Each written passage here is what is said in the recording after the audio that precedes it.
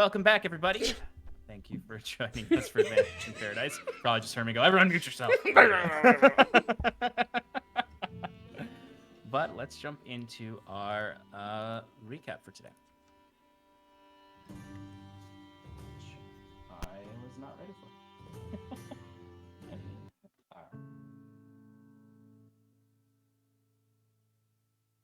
Last we left off, the Wayward Five had set off for the southern lands of Gwenvalir.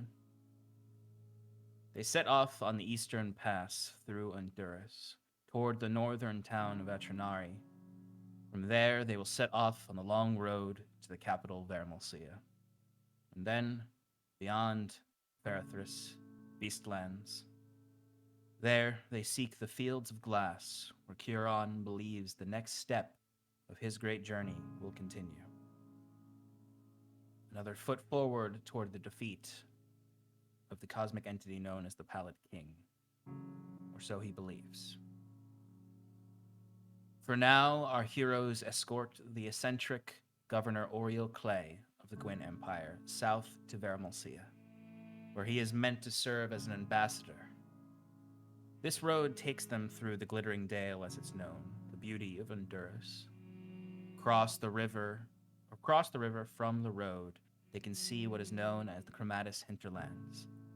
An alien wilds, even to Curon, glowing blue trees that sap the life from anything that gets near.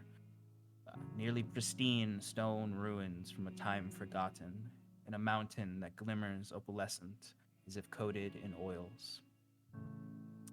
Wiswick's curiosity for these peculiar lands cost him his familiar jet as he attempted to retrieve samples. Party steers clear of these hinterlands, especially after Wiswick's second attempt to acquire samples caused him to be drained of some of his energy. But on these eastern shores of the Lapis tributary, beauty and danger still persist. Strange trees let loose their glowing seedlings at night to paint an aurora across the fields and sky, attracting large bat-like creatures and birds of the night. These are just a few of the phenomena that earn this land its name. As they travel, the party continues to learn from Governor Clay, and they share their own stories with him as well.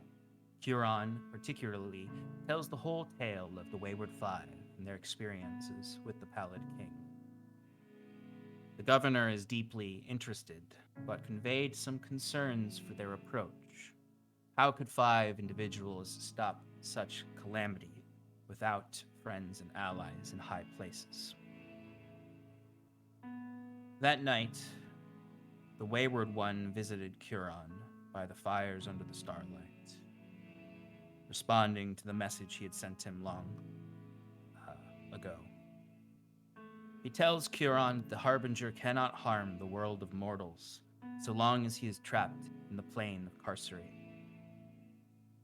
But there is one known doorway to this realm. At the peak of a floating tower, hovering over a city of ash and flesh far beyond Gwenvalir, rests a sealed-away portal to this realm. Curon presses him regarding what he considers his greatest sin, the creation of this Pallid King. Haedric warns him. Pallid King's coming cannot be stopped. And in that moment, Haedric is pulled back by the chains to his own realm, the Fields of Death. Frustrated and heavy with sorrow, Curon traverses away from the camp in the slowly calming snows to cry out into the empty dark. The road is quiet the next day as this winter storm passes, leaving the dull blue-orange sky of the long dark days, with just the silhouetted or the iris of the black star in the sky. That evening, on Cal and Timber's watch, an intruder is spotted in the fields passing the road. To attempt to head them off, Cal begins to charge, attempting to catch this foe. but quickly feels the sting of a magic missile rail bolt that flies across the fields into his chest. Thankfully for his enchanted armor, he's able to absorb much of the blow. As him and Timber flee to cover, he returns fire, and after the echoes of magic dim, our two heroes must make their choices wisely as they hide behind Timber's darkness he cast and the ruins of an old barn. This is where we left off. So, Cal and Timber, you're just hearing the last ringing echoes of Cal's firearm that he shot towards the location of the enemy. Timber, you have reached the barn. You are just at the entrance of it. You have your darkness in front of you to give you more cover. Cal, you are right on the outside as you just fired this off. What do the two of you want to do? Calith, what do we do?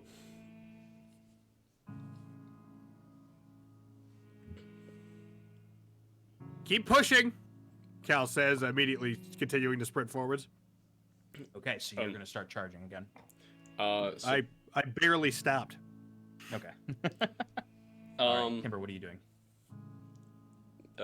Timber is going to, because he doesn't lose any movement from going vertical now. So he's gonna run over the barn and leap off, blink into the woods. Okay. And just get on all fours and just sprint to the line. What is your what is the range on your blink? It's 60 feet. Perfect. That's exactly what you needed. All right, so Cal, I imagine you kick yourself off and start charging, somewhat maybe distracting the people in the tree line as Timber. Yeah, I'm not being subtle. I'm trying to draw eyes. Okay. Well, certainly the firearm going off is definitely not subtle. So you've definitely drawn their attention. And as you rush forward, you you would hear in the distance that charging sound of another rail bolt being prepared. Timber, you get into the woods now. It is very dark here.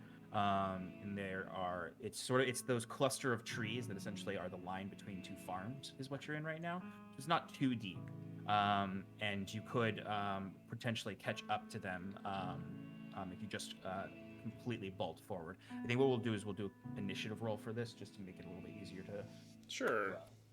manage. So go ahead and roll me some initiative, the two of you, on D&D Beyond. When do we get to roll? Never. We're It'd not still be short. The rest of you, you can actually roll initiative, but you're not going to be part of this first round of combat. They're also like really far away. Yeah, I mean they're probably not going to make it before the combat's probably over, or at the very least, in one way or the other, I guess. Aren't they asleep? Isn't this second watch too? Right, That's why they're not part of first combat. But they are close enough where the firing of your firearm would wake them. Got it. But they won't get to do anything until the second round of combat. All right. 20 to 25. 24. 21. Ha. Who said 21? Was that Wiswick? Yep. What'd you get in that 20? Me? No, I Yeah. just have a +9. Oh. She is observant. All right, 15 and 19. Alert. Sorry, 15 and 19. 18. Okay. 10 to 14. 10. Okay. I'll just say Cal goes first because he's in the combat right now. Okay. All right.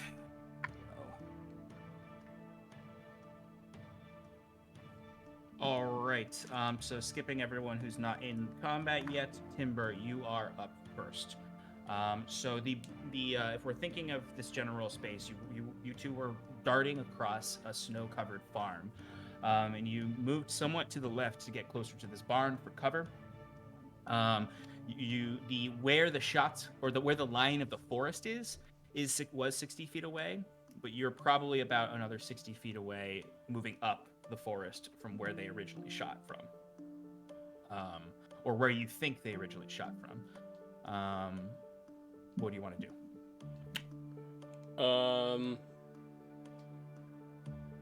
Timber would wait. Sorry. About how many feet? 60 feet from where they probably shot from. Yeah. Timber would move a bit forward, maybe like 10 feet. Okay. Just to kind of get a little bit, or try to get a line of sight on them. Okay. In the woods, or like, try to see what he can do. He would then use his bonus action to blink in trees above exactly where they would be. Okay. And try to see if he can get a visual of their location. All right, then give me a perception check first to see if you can spot them, Sure. or spot any evidence of them. Ah, fuck. All right, sorry. It's 15. Sorry, it was on a 20. And Yeah. 15's not bad though. No, that's pretty good. So with a 15, I would say it is a little hard to judge exactly because you're running, or at least running to get to this point where you can blink. The trees are not cultivated and curated into a clean line. They're moving in between. They're in between each other. It's a little hard. You do get a quick glimpse, a little bit of glittering energy, probably of them. You just barely see it, probably of them charging up another shot towards Cal. Okay. You can then blink up into the trees. Right above them, yeah. Right above them. Give me a stealth check. You got it. Oh, what? Oh. It's in the corner. It looked like a 17. It's a 16. Okay.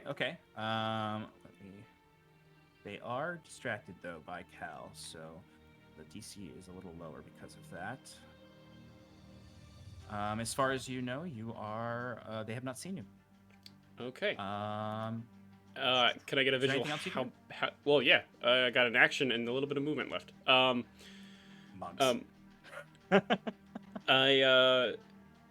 How many of them are there? There's one. I'm gonna immediately pounce on him. And yeah, I'm gonna pounce on him with the rest of my movement. Okay. Do I get any bonus for jumping from above? Jumping from above? Yes, you do actually. We'll consider this a falling grapple check, and I'll give you advantage on it. A grapple check. All right. Yes, because you are jumping down on top of them. Well, I just But you want to have slash. Just want to slash. All right, if you just want to slash, you can. That's fine. You can do an attack then with advantage. All right, cool. I'll do that. Ooh. I'll take the 29. That'll hit. Okay. 12 damage. And I'm a stunning What kind of strike. damage is it? This is slashing. Okay.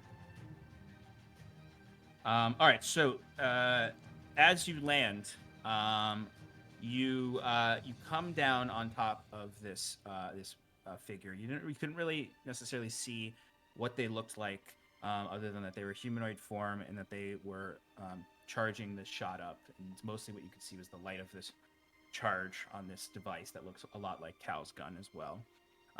You land on top, and as you think you're about to connect your claws into the back of their neck, you find yourself buttressed on top of, or deflected on a shield over this individual, and your claws are like trying to dig through the shield. You're like standing on top of a magical shield that you've just dug your claws into, and you can feel the energy propelling it back, and ripples of light scattering across it. Cal, you would immediately see the light from the shield. The gun Cal, you would see the rail bolt fly off into the sky away, knowing that you may have an opportunity now that Timber has made contact. What else would you like to do, Timber? Stunning Strike. The DC Stunning 15. Strike will not work because of the Okay. shields. All right, well, I'm going to punch him again then. Go for it. Yeah, you can't actually hit their physical form because the shield is blocking it. You would, at this point, also notice this is the battle mage from the line fight. You see the dragon mask that they're wearing. You can see the cut mark that Curon's glaive had done through it. What is the second attack? It's a 1, so 11. Oh, one. Okay. So you continue to try to claw your way through this barrier, but in that moment, it kind of charges back, and you fall off the back of the battle mage. You're not locked prone or anything like that, though, but you're no longer on top of them. Okay. I roll off him and give him a hefty growl. Excellent. Okay. And that was 12 points of damage you had on the first one? That is correct. Okay. Much like the last time you fought this bastard, the shield's absorbing some of the damage, and not all of it is really connecting. All right, Cal, you are up. I They're about vector 60 feet immediately. away from you. Okay, I move 60 feet. Okay. And I get into flanking. Because I assume he Alright. kind of like turned around, you know, to like look at Yeah, the yeah, man yeah, that just leapt yeah, out of. yeah. Yeah, I come up behind Absolutely. him now. You can absolutely charge forward, and they have exactly enough movement, especially because you can see where they are from the light. You jump and swiftly move through the bushes of the farm line. Find Timber growling, one hand on the ground, 2 foot. He's in a three-point pose. You know what I think I do then, yeah. Sean, is I action surge. I thought you might do that. And I'm going to attack with the sword. I'm going to slice at his shield. And I think I'm going to use Counterspell to try and take down the shield around him. Okay. Or at you least have- get through it, you know? Yeah, at least yeah, like, I see carve what a you hole mean, in it. yeah. Try to get it so that the blade can get through. You have 2 charges. because then I can open up attacks for... Do you want What? to use both charges you have to upcast it to 4th level? The fact that you're asking me that means that yes, I do. Okay. Then what I'll ask you to do is give me a roll for that. Do I even know how to do that? There are let me just check something real quick because I don't believe I wrote in the item what ability score you use for this. Nope. Well, no, it's not even Counterspells. It's just a DC 10. It says 10 plus the spell's level. Yeah, but you get to add. You typically get Stuff to add your to it? spellcasting modifier to it. Oh, right.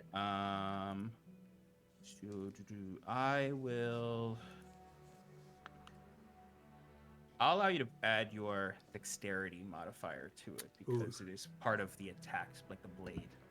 Okay. To a roll, or he rolls Yes. against it? You roll against the DC.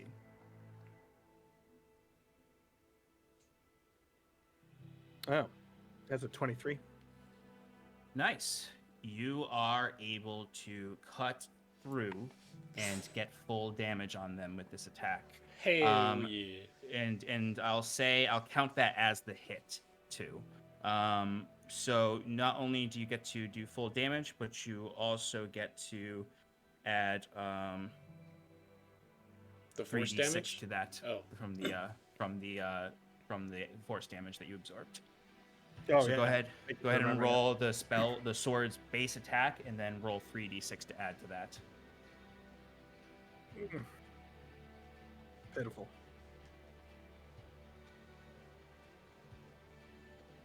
Okay, so 18 damage. And you know 18 what, damage? Sean? Mhm. Let me try and knock him prone. Okay, that's with the which Trip one is that? attack. Trip attack. Attack. Strength saving throw, please. DC Okay. 17. DC 17. All right. Let me just take out that 18 damage from them. Oh, and that adds to the damage roll. Apologies. No problem. Go ahead and roll that. For strength saving throw. So 24 damage total. It's plus 6. +6. Cool. Thank you. All right. Where's their strength modifier? Oh, they're not proficient. Okay.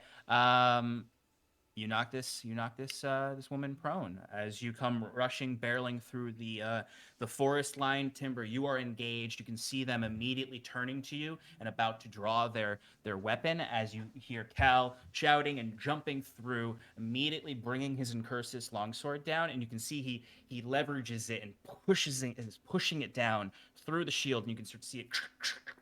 The shield doesn't go away, but the blade goes down into through the shield, cutting into the back of the mage, and then it slashes out of the shield, and you can see scattering magic glittering from the shield that has been pulled back.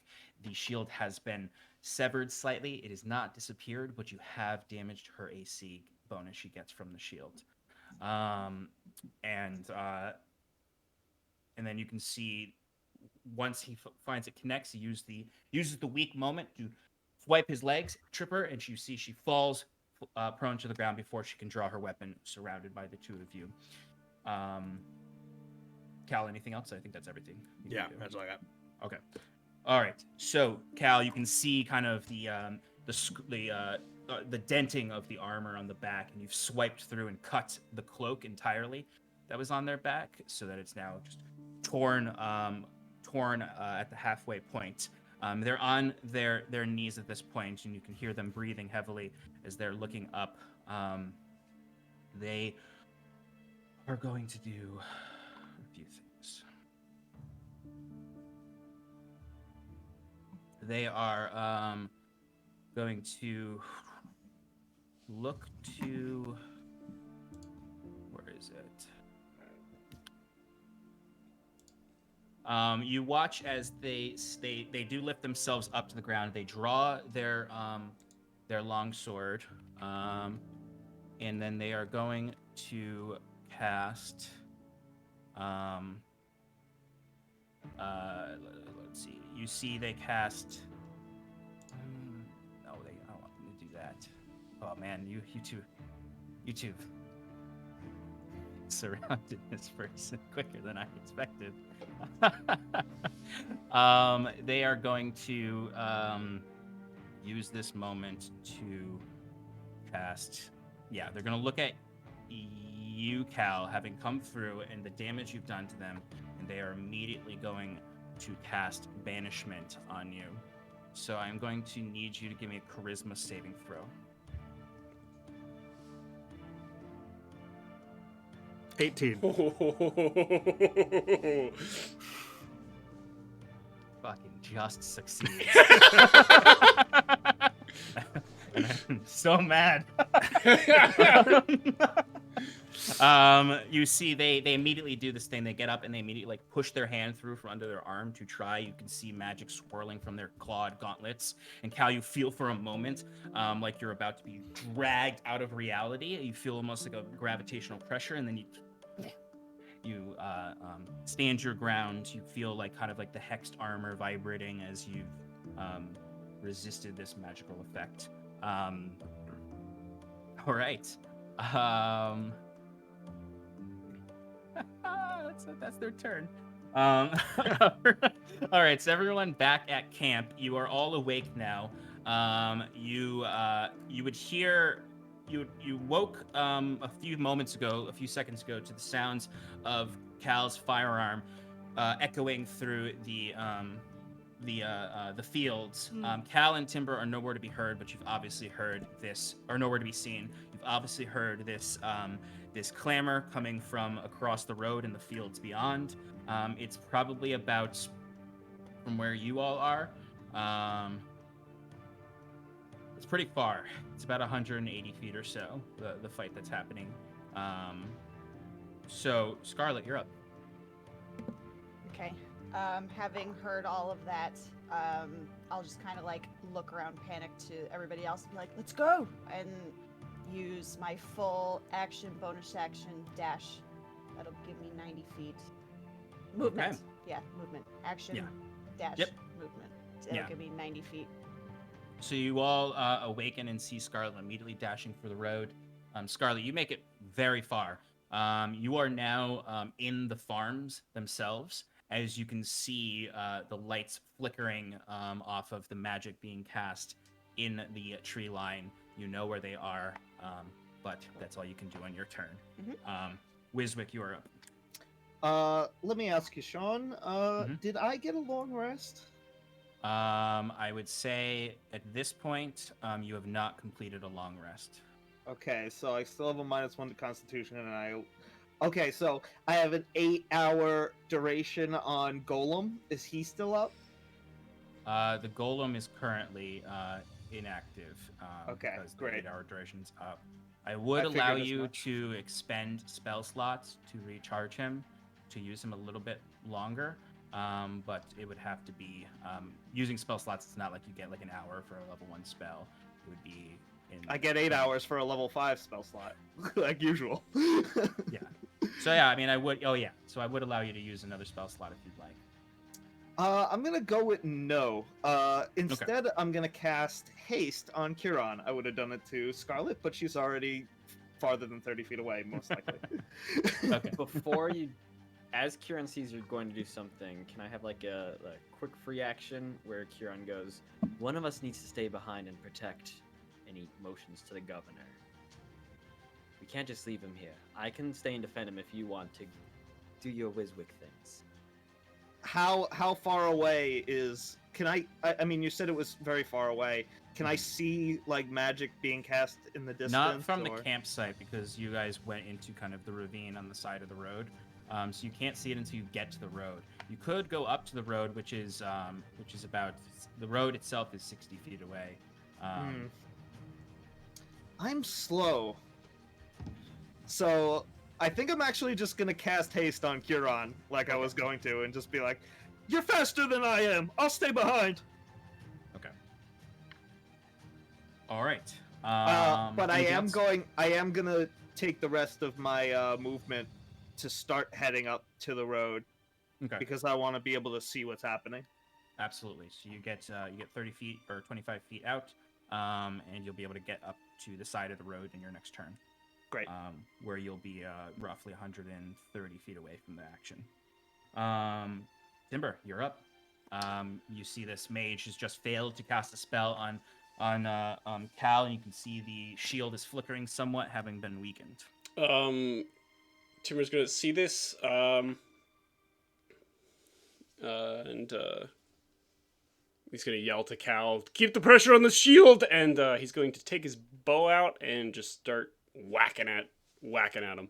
Not before casting Hexblade's Curse, though. All right.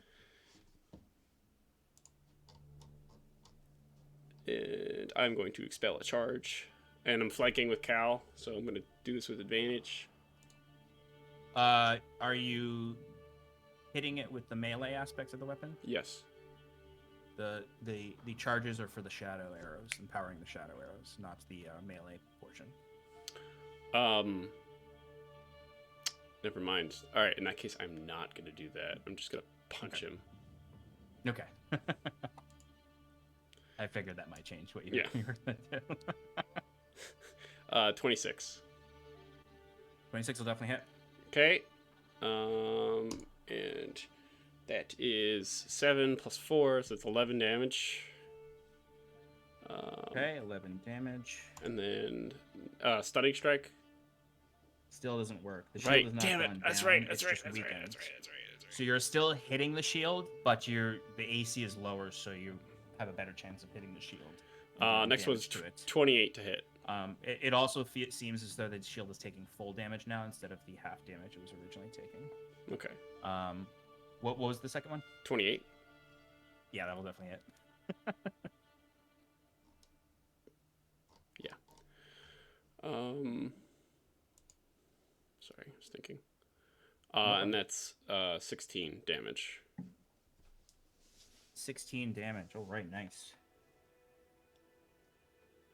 So you can see the shield continues to flicker, and you can just feel it's a bright white light that flashes every time you strike the shield as kind of a shockwave goes throughout it, and a little bit of crackling energy peers off of it. As you can see inside, As you're punching, you can see the mage turns to look to you. You can see through just that one carved hole in the dragon mask. You can see just one panicked eye staring at you, Timber.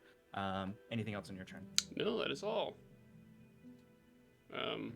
Yeah. Cal, you're up. Yeah, I'm making sure that they can't move, and I'm attacking. And Go for it. this time maybe I'll actually use both attacks. You know, Oh yeah. Yeah. 16 to hit first one. 16 does not hit. He's advantage. He has advantage. Oh, I do Go have ahead and roll advantage. again. Yeah, because you're flanking.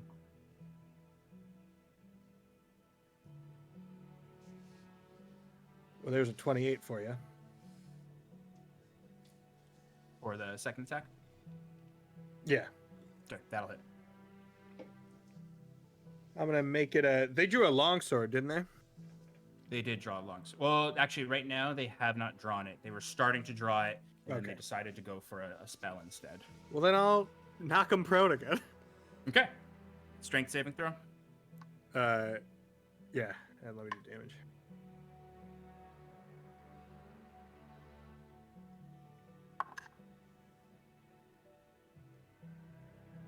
Okay, they do not succeed on that saving throw.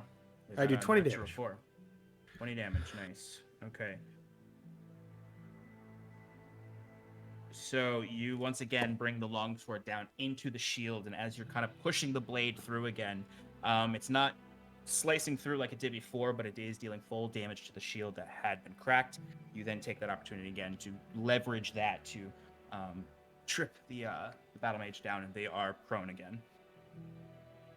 All right. Anything else, Cal? I think that's everything you can do. Yep. All right. Huron, you are up. Okay. Huron is going to look to Governor. Oh. Oriel? Yeah. Okay. Is he awake? Oh yeah, he's been awake with you too, and he was actually himself grabbing his own weapons as you said in the last turn with Wiswick that someone has to stay with him. He kind of looks like he was about to join the fight too. Huron looks at him, points his staff at Wiswick, and goes, "You stay with Wiswick. He'll keep you safe." If you're long gone, we will come find you. We will not stay if you are all dying. Of course. You stay with him. And then Huron turns, activates Steps of the Night, and just flies. Oh yeah, you can fly. You see Oreo Clay just kind of looks over at Wiswick and sheathes his sword and sits down on the golem, who I imagine is kind of sitting by a tree. Well, just me and you now. Actually, no, Wiswick's not there. Wiswick is up. Wiswick's heading towards the road. Never so mind. that's why. He would head up to at least be with Wiswick, so he'll follow you. I'll say he's acting in the same turn as you, as he's gonna go join Wiswick up there. All right, so you're gonna use your full movement with the flying. Yeah, so I get 30 feet with an action, and then I get a secondary action, or with my movement, and then haste just gives me an extra action, right? No, Haste it gives- also doubles your movement speed. Yeah, Okay. doubles your movement speed, gives you an extra action, which you can use to dash as well. And +1 to AC. And a 2. Yes, +2? I'm sorry. haste is amazing. Right. And advantage on dexterity saving throws, but don't worry about that one. We'll Right, get to but that if one you later. end it, Can't even make it. then screwed. All right, so with that gives me 120 flying speed. Holy shit. Okay. You're a dragon. You're a dragon. All right, so I say you. Anime Wiswick and style Oriel shadow. would see Huron say all of this and then hold his hands out, and you can see like the shadows from around seem to clasp beneath him and lift him up into the air as there's kind of this rippling smoky darkness that trails behind him as he's lifted up into the air, and you're flying as you with just that 120 movement, you would get within 60 feet of the fight, All right, fantastic. That's and you my would see the entire- lights glittering off of the shield, so you can identify where they are. Okay, from above, Kieran. No, he's not going to call out. Okay, that ends my turn. Okay. All right. It is the battle mage's turn. You would see Cal and Timber. You would see, especially after they had stared at you, Timber, with that panicked eye. You can see one of the clawed gauntlets. They squeeze it shut, and you can see it starts to emanate with power. And then suddenly you see them misty step away, and it seems to be an empowered misty step, and they move 60 feet away down the line. You can see the light of their shield still glittering because of the damage you've done to it. It is glittering, and it is an easy way to track them and see them in this dark, but they've like moved essentially like down the line of this farm's border, 60 feet. You can still see them through the trees, but they seem to be trying to escape, or at least make some distance between you and them.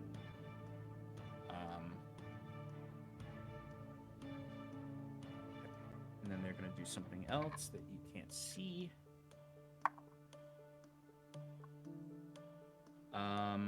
All right, that is the mage's turn. Scarlet, you are up. You see Kieran flying high above you. You saw the flash of light, and then you saw the slightly more muted flash of light 60 feet down the line. So you are, you're at this... Closer?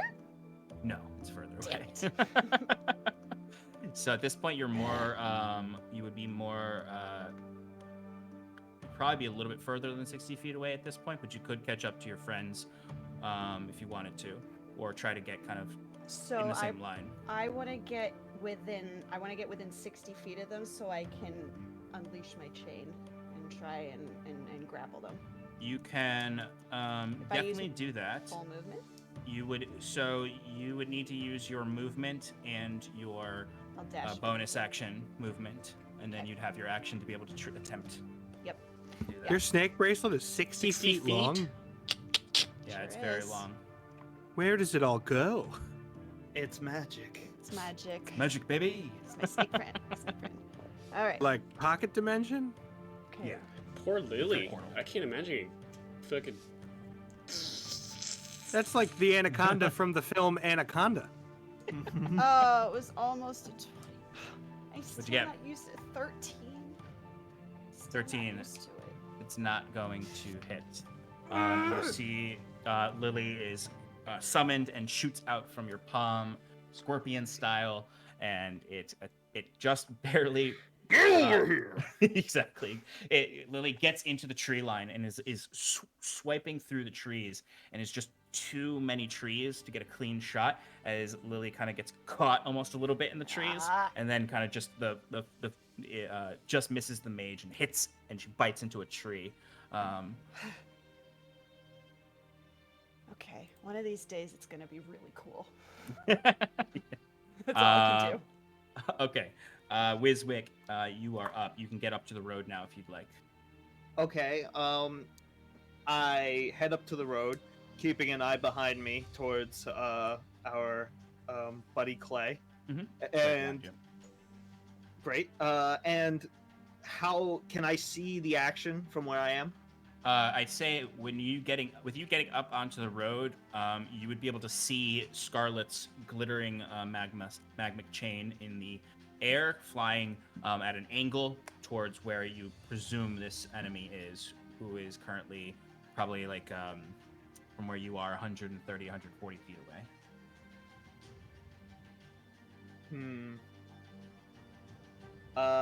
You know, my mind's telling me throw a fireball over there. Because that's 150 feet range. But I don't want to accidentally hit somebody because I can't see them. We're also Yeah. definitely. Also, like the We're- tree line. I don't know. Never mind. He I need can't see to you have a two. line of The shot. only reason they could see you Yeah. two before was because the enemy was right next to you and was shedding light. I think I'm just gonna stay hidden. Okay. But I'm going to like be actively keeping an eye out around me, like from this vantage point. Like I'm basically like on my head sticking out from under the ridge, Okay. where the thing starts, and seeing if anybody's on the road or if there's anybody further down the ridge that might be a threat. Okay, give me a perception check. Sure. And then, Timber, you're on deck.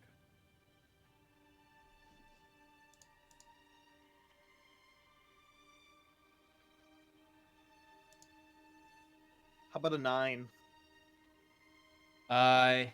You're pretty panicked right now as you can't be with your friends. It's hard to really focus. You're looking up and down the road and back at Clay, but you're really just sort of like, ooh, I'm on a fireball. But you don't really notice much. You hear that the farmer's dog is barking. Why'd they have to run so far away? as you know, this is one of the first farms that actually has life in it still.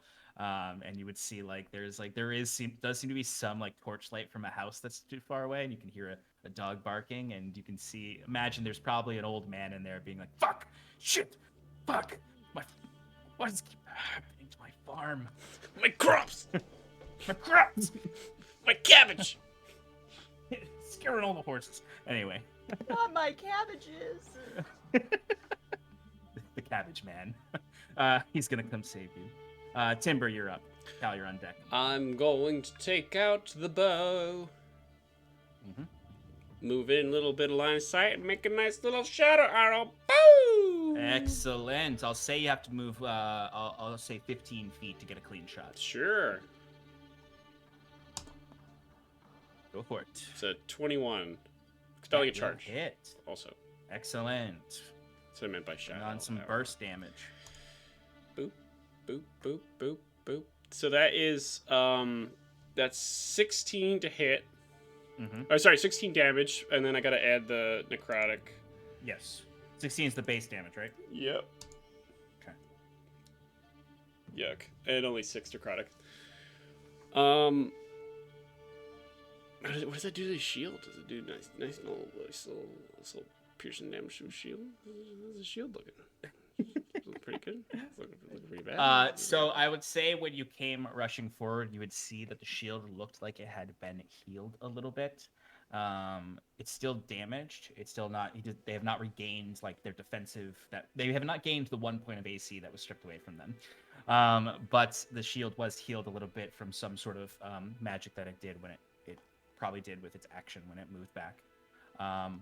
But it is still taking full damage. It is not resisting damage yet. Okay, I'm going to shoot it again with the charge. Oh, that's a natural 20, baby. Natural 20. Excellent. Very nice. Yeah. Ooh, that's interesting. Remember, we're fully. Yeah. So First rolls are full damage. it's D&D It Beyond. includes the. Oh, it's D&D Beyond doing it? Yeah, it's doing a weird thing. It's adding 2d8, but I know our rules, so what I'm gonna do is the first Yeah, one, go whatever ahead the and- first one is, it's just automatically gonna be an 8. Perfect. Okay, so that would be a 9 plus 6. So 15 plus my, what's it called? So it's 19 damage. Nice. And then I do my, what's it called? So then there's 24 necrotic damage off the bat, and then I gotta roll the other. Ooh, hot damn. And then that's 20. and then that's so that's 29 necrotic damage. 29 for 29 necrotic damage? Yeah. On top of the Okay, so on top of the 19. Yeah. Whoo-wee. What is that? 48 damage? Yeah. Wow.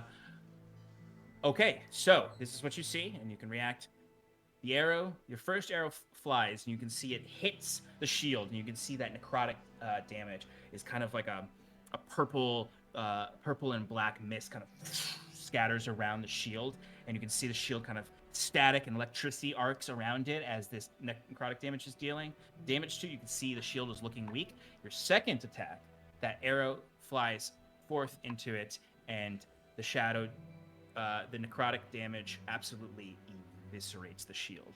You see the shield bursts and flings out. You can see it scarring and ripping through the bark of the trees as your arrow hits them right in the chest. My bonus action, I'm gonna blink behind him and say, "Where do you think you're going?" Okay. All right. Too spooky. Too spooky. Too spooky for me. Give me a second. You actually dealt real damage to their physical self, so I need to calculate. Oh, okay. Timber, because you got up close to them after the arrow pierced through them, and there's some blood coming out of it Sure, right now. sure. Give me that wisdom Sure. saving throw. Tempt fate. Oh, there you go. There you go, Sean. I'm in luck right now. Like you said. It's a nice 6. Oh no! Where Timber. You're going into my tummy. Timber, your eyes would immediately shift to that purple color as you've moved one step closer into losing control to the beast. You'd feel your teeth gritting. You're almost biting into your gums as you feel your own blood filling your jaws and sating that bloodlust as your claws almost feel like they're growing longer as you get down to, if you get a chance, like you don't know anything except attacking this person and trying to eat their flesh. What? Anything else on your turn? No, that's it. Okay. Okay. Hal, you are up. And Kieran, you're on deck. So they're 60 feet away from me? Yes. I move 30 feet. Okay. And I shoot them. Go for it. It definitely has had enough time to recharge. So that is a ranged attack. I don't shoot them.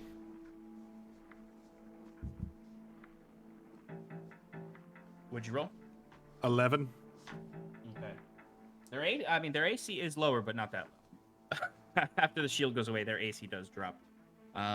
But you would see, and Scarlet, you'd be able to see this through the tree line, and Kieran, you would be able to see it too, as the light of Cal's gun flings across through. You can see it glitters across as you can see Timber. Kieran and Scarlet, give me insight checks. Cal, you can too, because you're close up now. 13. 21. 15. I don't even like insight. I know you don't. Cal, Cal, there's you asking for it, not me. I know. Cal and Kieran, you would begin to notice. You're noticing the first stages of Timber losing control. Scarlet, you don't notice this. Okay. All right, Cal. Anything else you want to do? Nope. Okay. Not unless you let me move with a bonus action. Wait. For the rogue. Wait, is your gun an action? Yeah. Yeah, but it's an action and it doesn't get multi-attacked as vested. Can't be used again until the Loading. start of his next turn. Okay. I could throw my sword. I mean, you've got enough of them. You have a short bow? Sorry. Yeah, if you have another weapon that can do damage, you can I attack with that. lost it during the war, I want to say. And by that, I mean I have a crossbow. I shoot it with a crossbow. Go for it. Wait, is a short bow or a crossbow better? I think they're exactly the same. Yeah. They're not. Depends what kind I of shoot it with a crossbow. Okay. If it's a heavy crossbow, it's more. No, it does. It's 1d8 versus 1d6. Oh, I'm thinking of a hand crossbow versus a light crossbow. 20. Cool. Does a 20 hit? 20 does hit. 11 damage. Woo! Okay. And then I throw that aside in disgust. So uncivilized. Yeah, exactly. It's not even a real Alright. duel. All right, Kieran, you are up. How far away am I? You made it 120 feet last time. I kept them. Okay, so you would probably be, based on the movement, somewhere between 60 and 70 feet away. If I was 60 feet away, I would use my movement to fly down, and like I would like land on the ground like 10 feet away and do that like thing as I run, and then I would kind of like do a little trip, but not really. Place my hand on this person's forehead. Oh wait, no, I don't even need to be that close for this. I'm gonna banish them. Okay. So, for some reason, I thought banishment was a touch spell. No, it's but not. No, it's not. Yeah, It's so well, it's because the idea of like banishment being something where you touch them and they disappear is kind of a cool idea. yeah, you know he's All gonna right. do that anyways, so he's gonna be right in front and just Okay. banish. And you it. said, and that's a charisma saving throw. Yeah, DC 18. Okay. Oof, they rolled a natural 19. So the banishment spell, just like theirs, does not go off. But you're there, and you're 10 feet away from them. You have eyes on them. As you can see, Timber now ferociously growling behind them. Okay. Anything else, Kieran? No, that ends my turn. Okay.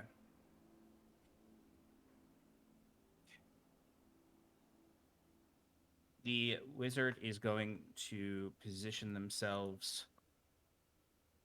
They're going to kind of slowly, drawing their longsword, slowly kind of holding it out, keeping Timber at arm's length as they kind of maneuver around on an angle to be on the other side of him. They're going to hold out their other hand, pointing it forward, with a, and they're going to fire out a cone of cold. I need How long is it? Huron. It's 60 feet. Okay. Huron and Timber. Wait, I'm sorry. I have an extra action. I'm so sorry. Oh, I you have two do. Yeah, actions. you do. It's haste.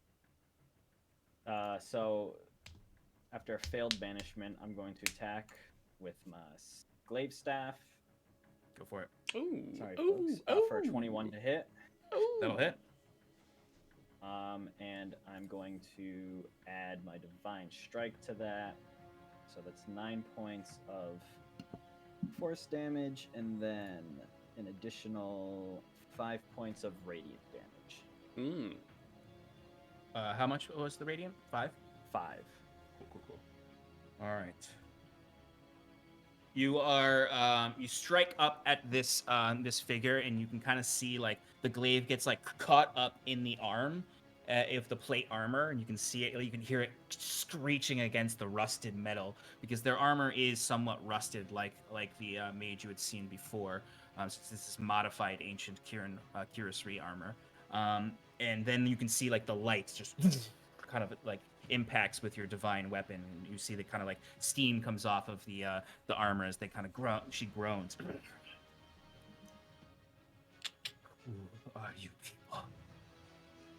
And The Wayward Five The heroes of Magic's. of Magic's. and then she repositions herself to hit you all with that cone of cold.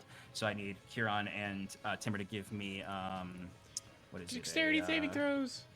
Dexterity Did I saving get throw. advantage? No, it's Constitution saving throw. for cone of Oh, cold. damn I it! don't. But I rolled a 19 on my dex save. Oh, I rolled a 19 on my con save. I rolled a 15. You got a 15, Timber. Yeah. Okay, and you got a. What did you get? 19. 19. All right, so Timber, you don't make the save. Huron, you do, so you'll take half damage. Fuck it. Excuse me. Let me roll the damage on that.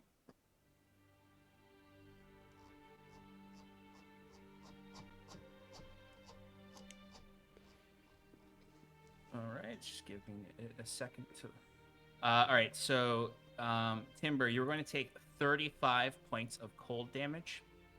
Cool. And It's cold. Kieran, you'll take 17 points of cold damage. Wait.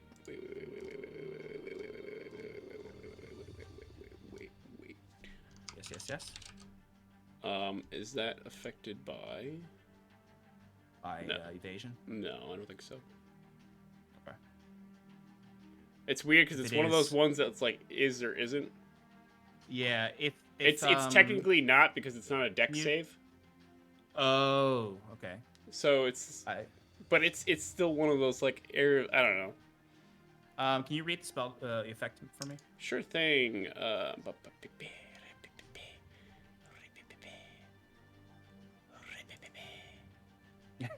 If I can find it. 1 second.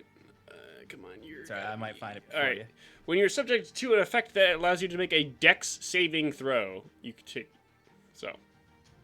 Yeah, then I wouldn't allow it then. Okay. Okay. That uses up their action. They are going to attempt to move away. Even they'll take the opportunity attacks if you haven't used your reactions yet. And they're gonna run 30 feet away from you. So you can both go ahead and attempt an opportunity attack. Because Kieran, you've got your glaives. You're 10 feet away. You can do that. Oh, heck yeah. Would you get Timber? I also make a fart noise with my tongue. Don't worry, Miss. it's not 3 rolls within, Sean. I got a 16. 16 just hits, so that'll be a glancing blow. So half damage. So 12, half to 6.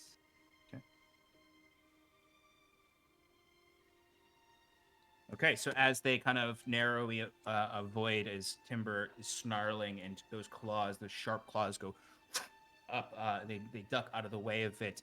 And in that moment, Kieran, you're able to just get a quick swipe on them, kind of tripping them up a little bit, but they are able to move 30 feet away from you all down the line further. Goodbye. Scarlet, you are up. Wiswick, you're on deck. Okay, so I'm really, really pissed off that I haven't hit with this chain yet. So I'm going to bonus action rage. I'm going to use my movement to use all of it to get as close as I can, and I'm going to make this a reckless attack so I can get advantage on it. So Oh, that's right. You took it on a level of barbarian. Yes, but is reckless just melee, not ranged, or is it everything? Yeah. Yeah, I think what so. does it say? You make your first attack, giving you advantage on melee. God. Yeah. But attack roll. Oh my god. I don't care. I'm still mad. Okay. Sure. You also Just think, if you just waited a little bit longer, you could have had haste. You'd be right there. Oh, So what do you want to do, Scarlet? Would you knowing this, would you She rather tried. use your I already bonus action? tried. I already tried. You already did it. I already did it. Just a freaking ranging. Got a 13 again. Okay. She's mad. Doesn't hit. As Lily goes cascading through the forest again, clinging onto a tree. I imagine like silly string, like. Can I at least can it pull me closer? I was Something? imagining those cans that you open up and they have the Yeah. spring. Yeah, cleats in them. Yeah. That's 100%. But it's been closed for a very long time, so it just Yep. comes out very slowly. 1 second, Scarlet. Let me investigate something for you real quick, because you might be able to do that. Okay. Well, if she didn't use her bonus action, I did. I raged. To use it to rage. Sure. right? So she can't use that thing to get advantage. No, I know. That's why I'm mad. Because it's a ranged attack. I will Mad if allow you you do, mad if you to don't. be pulled 20 feet closer, because that's how much you can pull in Thank one you. turn with it. Thank I you. will allow it. You are 20 feet closer now. Thanks. You're welcome. That's it. Wiswick, you're up. Timber, you're on deck. Wiswick, just because he's nervous and doesn't know what's happening, I'm just gonna drop a wall of force down in a hemispherical dome around me and my buddy here. We're just gonna Love chill. it. Your ward. Love it. Yeah. Oh, that's a neat trick. How do Yeah, you think this- they're doing? Who cares? They got it. It's fine. Don't worry. They're And- totally great. They're almost as good as me. The governor's questioning all of his choices. Timber, you're up. Cal, you're on deck. Timber's just gonna walk up to this guy because he can, and just start unloading. Give me a wisdom saving throw. After your attacks. Okay. Kiran, you're no longer hasty. They are gonna be bludgeoning Oh. mostly. Cool. So Kieran's just like vomiting right now as he just feels his body go. First one's a natural 20, Sean. That's your second natural 20 tonight. Nice, man.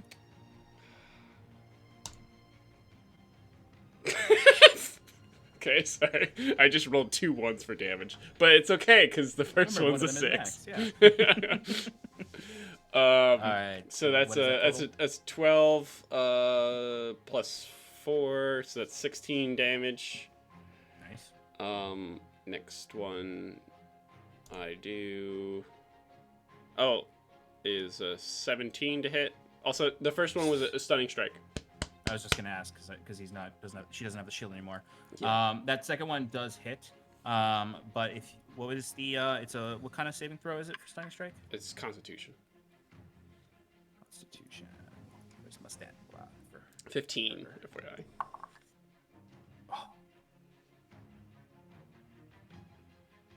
That's natural one. Natural good. one. All right. Well, then I get They're stunned. advantage on all these other ones. So I'm gonna roll my Go for second. it. Okay. Well, next one is 26 to hit. That'll hit. Okay. All right. Nice 1 for damage again. So it's 11 damage for the second hit. Fury of Blows for bonus action. Pop, pop. For it. I should have just rolled advantage. Okay. Next one's a 28. That'll hit. That is 16 points of damage. Last one. It's just an 18. Monks. 18 will hit. Oh, okay, cool. So their AC went down when the bubble went down. And that's 14 damage. Also, these are all non-lethal, or trying to be. I mean, Non-lethal? Okay, good to know. I don't know if Timber would when he's like Uh, that. you Yeah, can't no, non-lethal I know anymore. they're You can't lethal. non-lethal anymore. Yeah. It wouldn't make any sense anymore. Okay, now I would like you to make me a wisdom saving throw. Yeah, you know what, for flavor, just to be in character, I think they would be start as bludgeoning and then start being slashing. Slowly become slashing, yeah. I I was thinking the same thing. Okay. Oh, it's pretty good. It's a 17. Whew. Made it. Okay.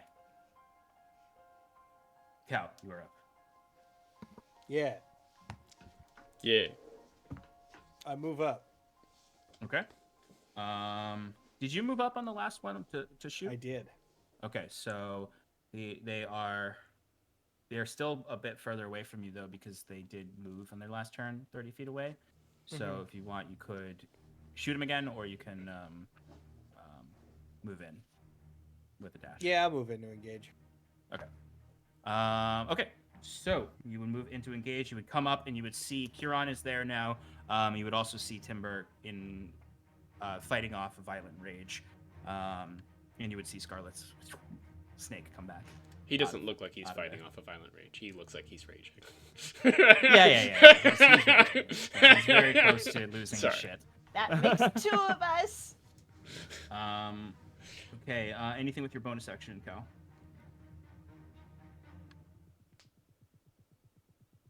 Second win? Yeah, I don't think he's taking any damage. Or no, he did earlier. Yeah, you know what? Sure. Second win. Yeah, heal up. Kiran, you are up. Kieran plants his staff and retches as he cannot do anything because someone took away his haste. So I bet you he like literally like he took that reaction and then he just feels the.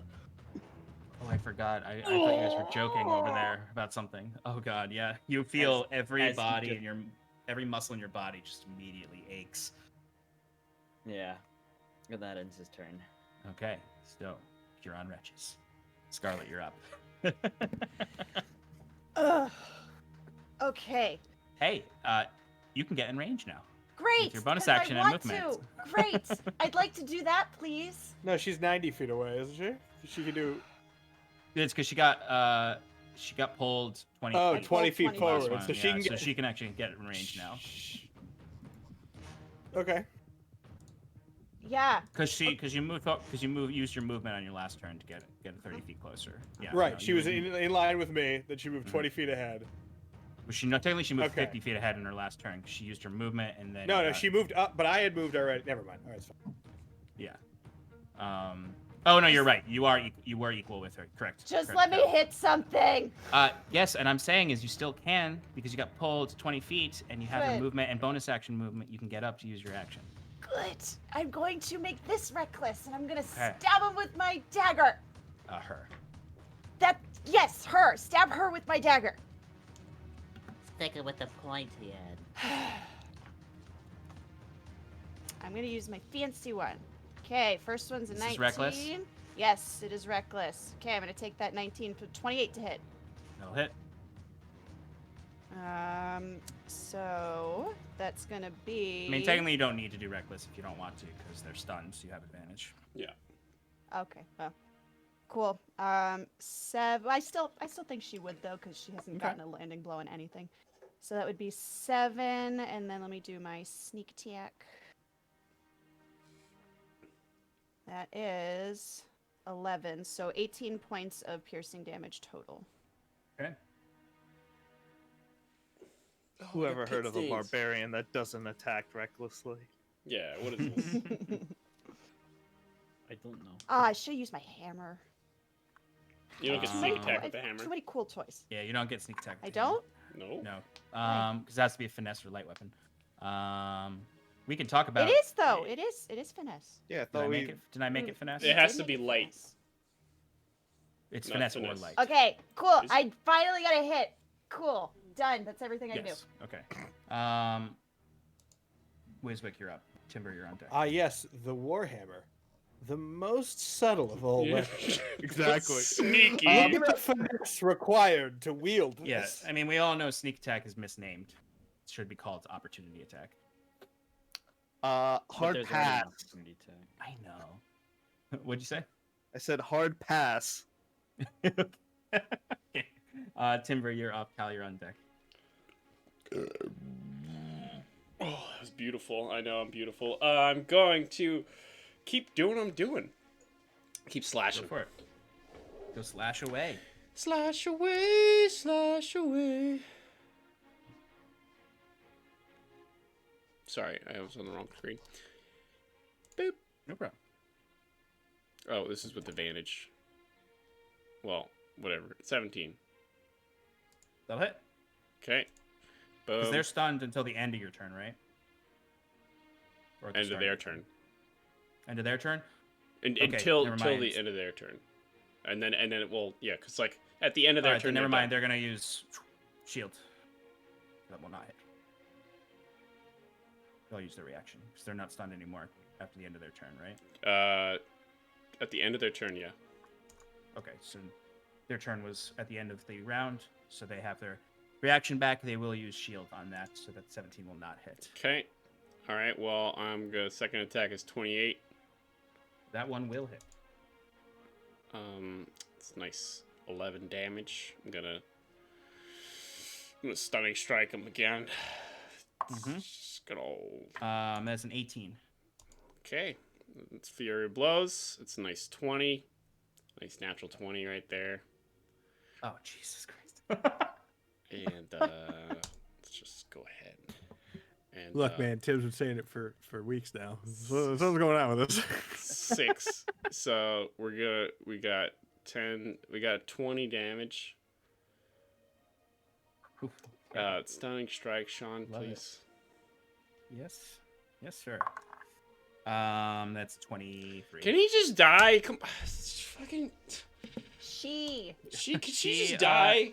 Is a very powerful enemy, and you I guys have been just- very 23. successfully wailing on her. She's looking very rough. 23. Did she pass that? 23 Yeah. does hit. So that is past. The, Wait, did she pass the other? Oh, sorry. I thought you were. Stunning strike. She passed the.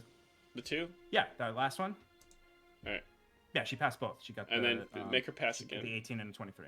Make her pass again. Did you attack again? Yeah, I have 4 attacks. Oh yeah, Jesus. Also, this does 13 damage. She rolled. 13 damage. Okay. She rolled another natural 16, so.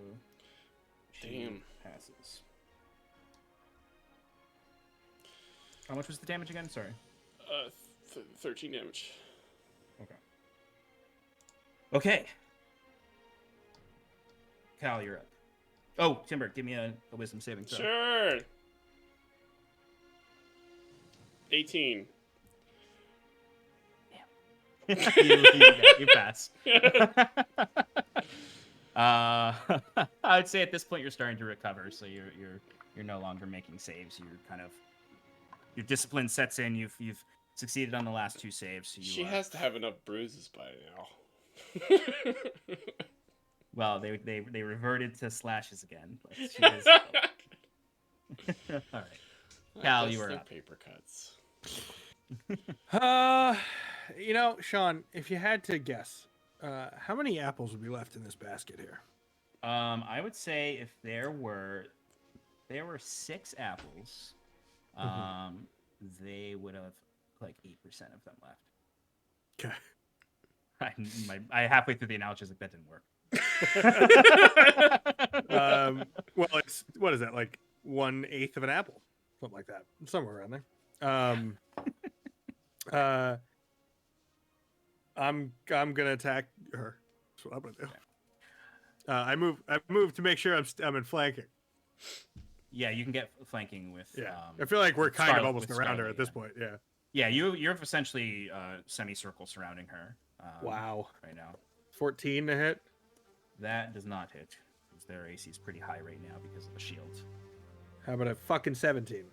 17 does not hit only because of the shield. I rolled 4 dice. None were above 10. This That did not fucking hit. horseshit. Okay.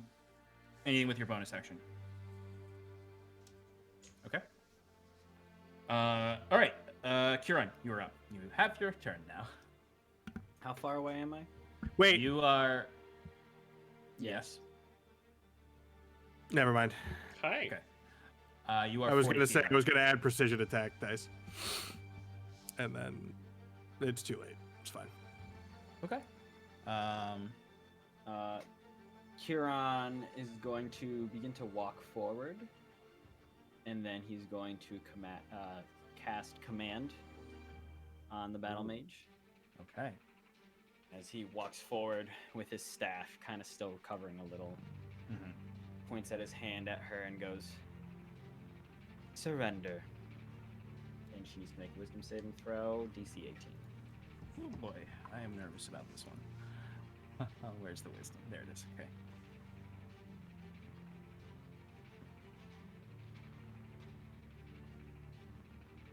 For the drama of it,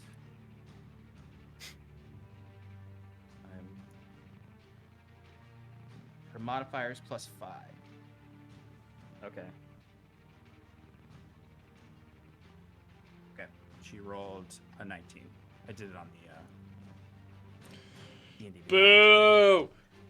Boo! I just imagine if I rolled my normal dice, I would have failed it. No, actually, it rolled pretty good. All right, so she does resist it. You see, she looks at you, looks around to everyone as she has the shield up as you say this, and you would just hear a very calm voice say, "Never." Kieran would Anything else, finish Kieran? the rest of his 10 feet of movement, and then kind of being like, "You're totally surrounded. There's no way you're making it out of here alive. Please, surrender. I don't see your pet gnome anywhere nearby.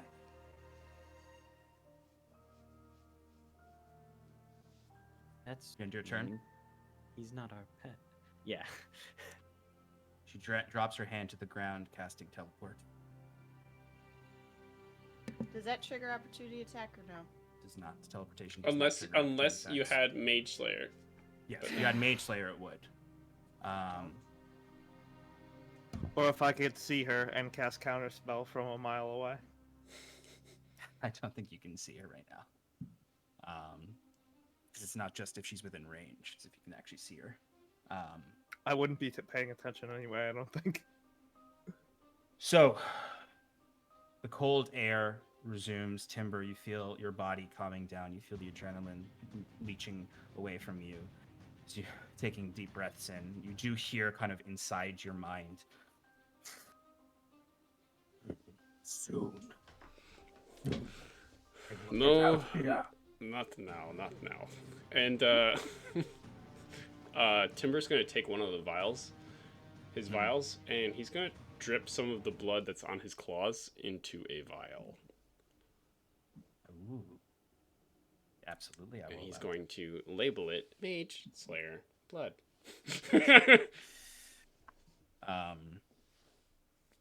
The second Wiswick stayed behind. I was like, all right, I can get out of this. No counter spells available. Well, someone was lucky and passed all their. No, that's true. Stuns. That was very. I only rolled high on those. I rolled a 16, a 19, and a 16. But the air kind of comes back to you all. This mage obviously tracked you and was following you down and has escaped again. What would you like to do? I'd like to drive my dagger into the ground out of frustration.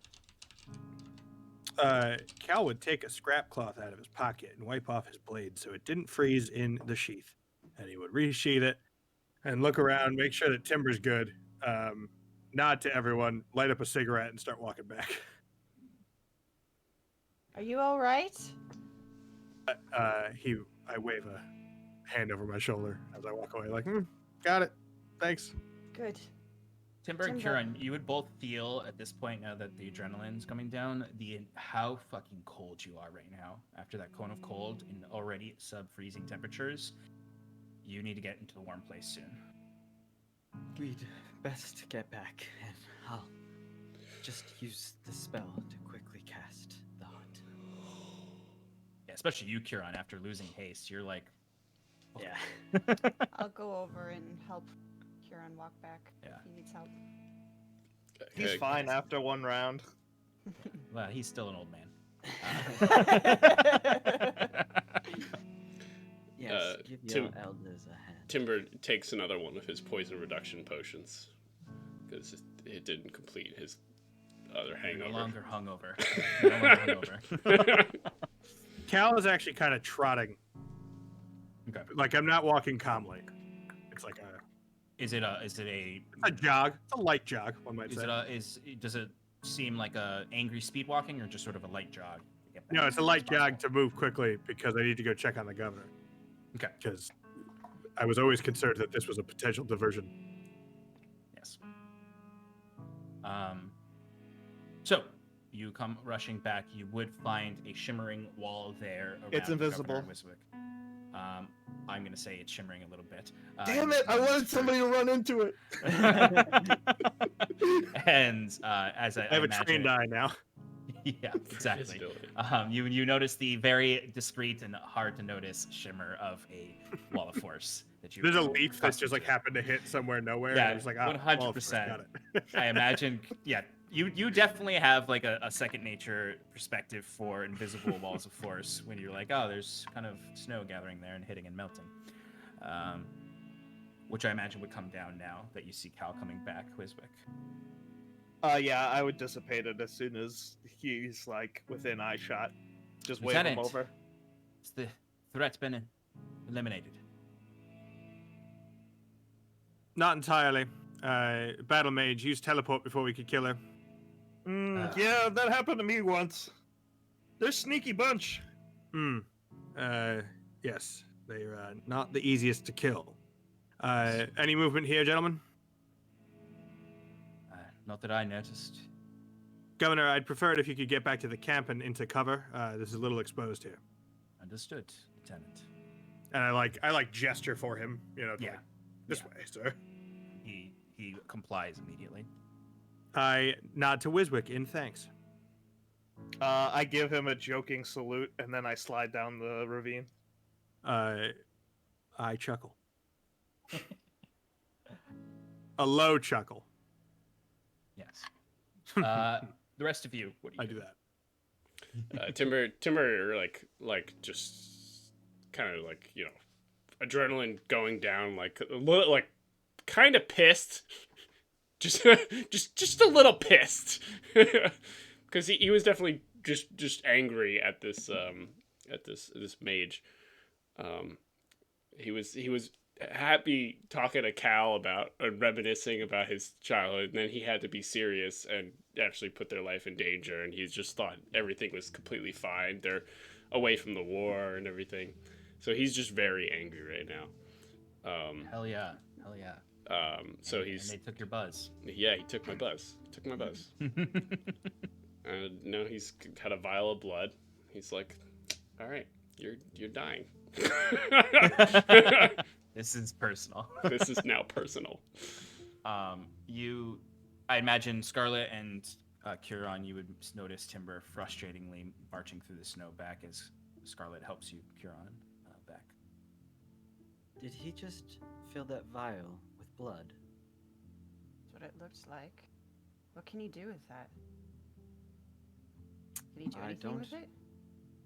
I mean, he knows better than to keep it around himself. Could trigger another episode. Timber, do you want me to hold that?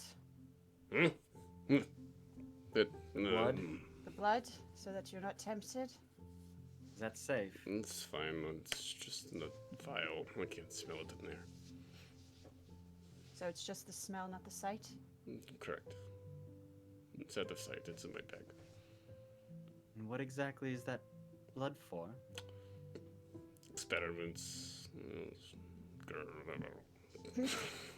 You see, like, Curon casts. Timber's very wolfish right now. Like, even though he's back to normal, like, seeing, like, you're, like, remembering, like, oh, yeah, that's right, you're a fucking wolf. And, like, the way he's, like, hybrid, just, like, the way he's growling and grumbling, it's, like... His fur's all rattled, like... Yeah, imagine, like, like, the stripe that dogs have on the back? Yep. It's all Yeah. up and... Yep. He's definitely... You can tell he's calm, and he's not under threat of it, but he looks scary right now in this anger. Kieran, put the hood up. Yes, sir. And he just, like, finds, like, kick some snow out of the way. And Arriving back at camp, Curon quickly just does a minute cast of the tiny hut.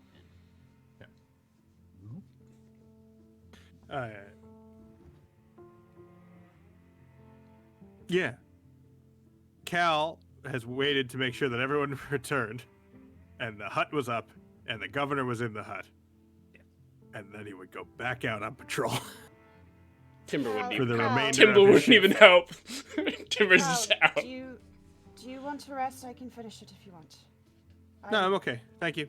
Are You get sure? some rest. I'm not particularly tired right now, but I can finish it with you if you want to, not alone, because clearly I'm gonna it's do- not going to help you. I'm going to do a few circuits. I doubt he'll come back, or she'll come back tonight. Thank you, though, he says, and then turns away and stalks off into the darkness. You Cal ascend the hill. Semi-darkness of a snow-covered. Yeah. Yeah, you are in somewhat of a ravine, so there's There's some shadow. deep-ass shadows. Yeah, but, there's some deep ass shadows, and you see that silhouette of Cal up by the moonlight when he reaches the zenith of the hill. He disappears over the edge to his patrol.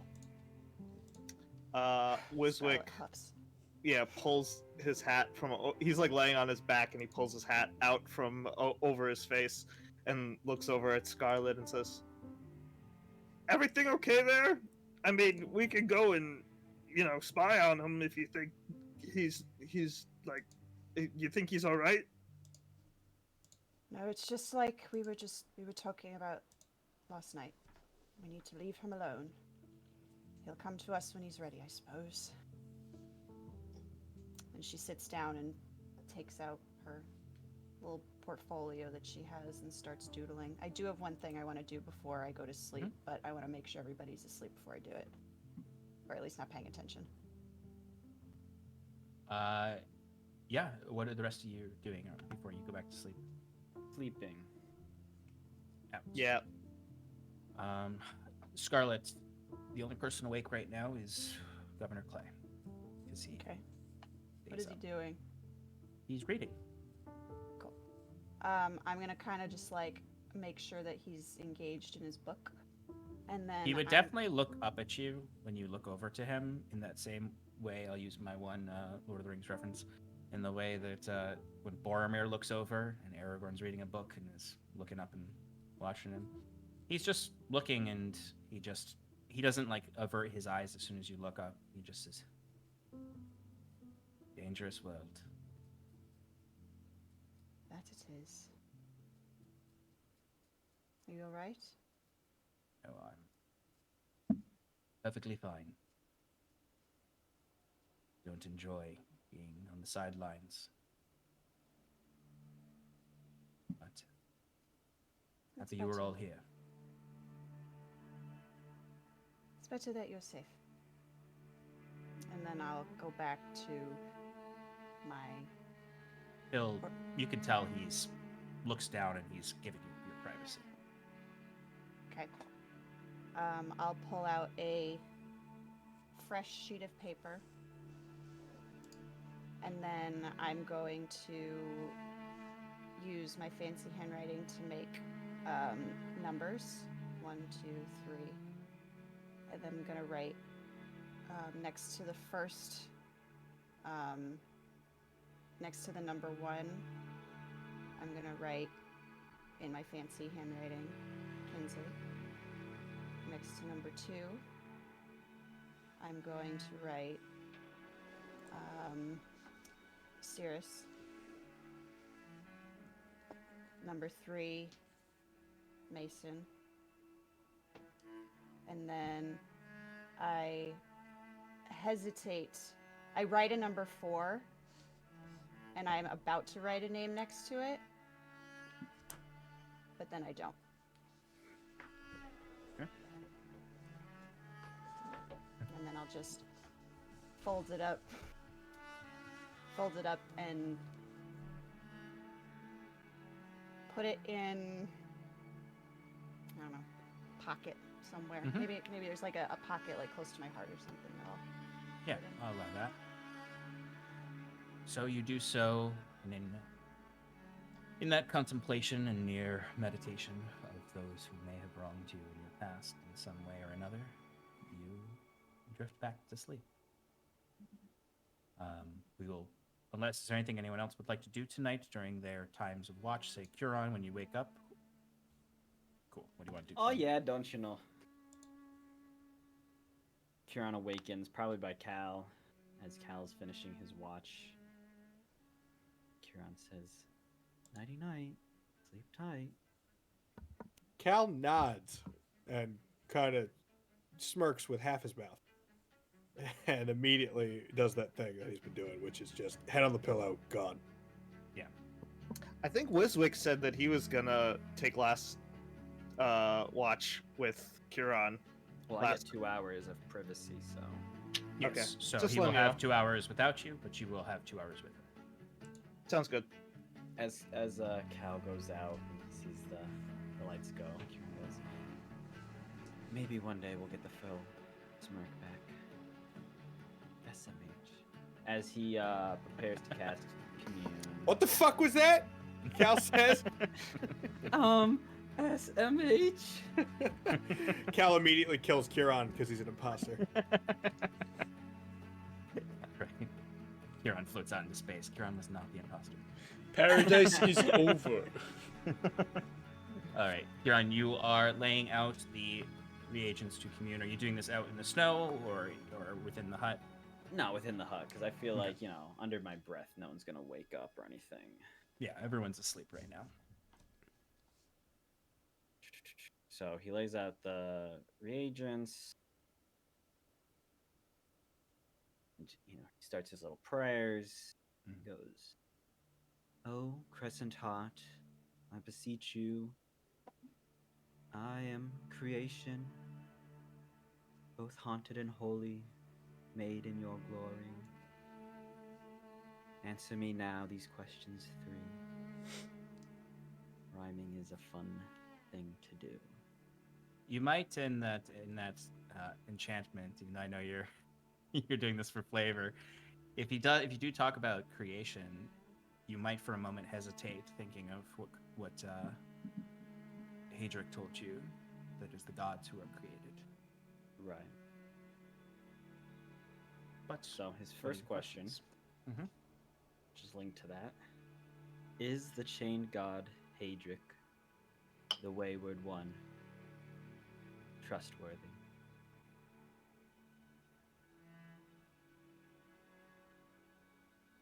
You would get of the incense and candlelight that meld together. You would get this folding of smoke, ash, and flame that forms a crescent moon. And the feeling is optimism, but not certainty.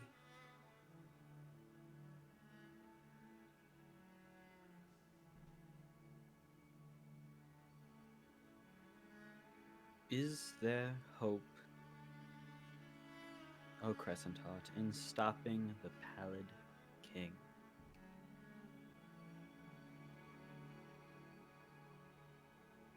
In this question, you would see the smoke and flame kind of billows out as if being assaulted by the wind and almost flickering out, giving you almost the exact opposite feeling. Pessimism with a little bit of hope.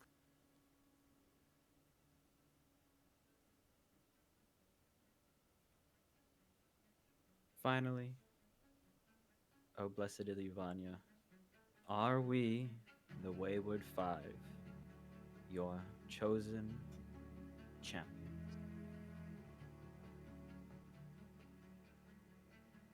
You would see the smoke and flame would, after being kind of spread out thin with that last message, come back together as 5 pillars stand up. And you had an overwhelming sense of support from Illivan. 4.5 pillars.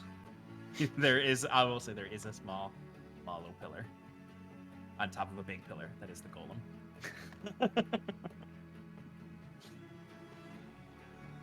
Very well, thank you for this audience. The smoke and flame would billow out and surround you for a moment and kind of come back together into a circle, like a full moon. You would see the light of that full moon in that circle.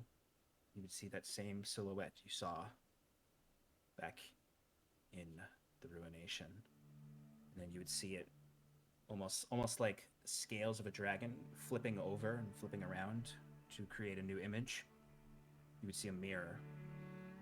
And then first you would see your reflection, which would then fade away to bright, blinding light. You're worried for a moment that your friends might wake, but they do not stir. You see, under the orange blood sun, reflecting across the wet salt flats of the field of glass. And you would see the oasis you saw before, the same tabaxi with their own crescent-hearted staff, leaning down and dipping their hand into a somewhat flooding pool because of this recent rain that has come. And they look up at the sky, and it almost feels like they're looking directly at you. And then it all fades away.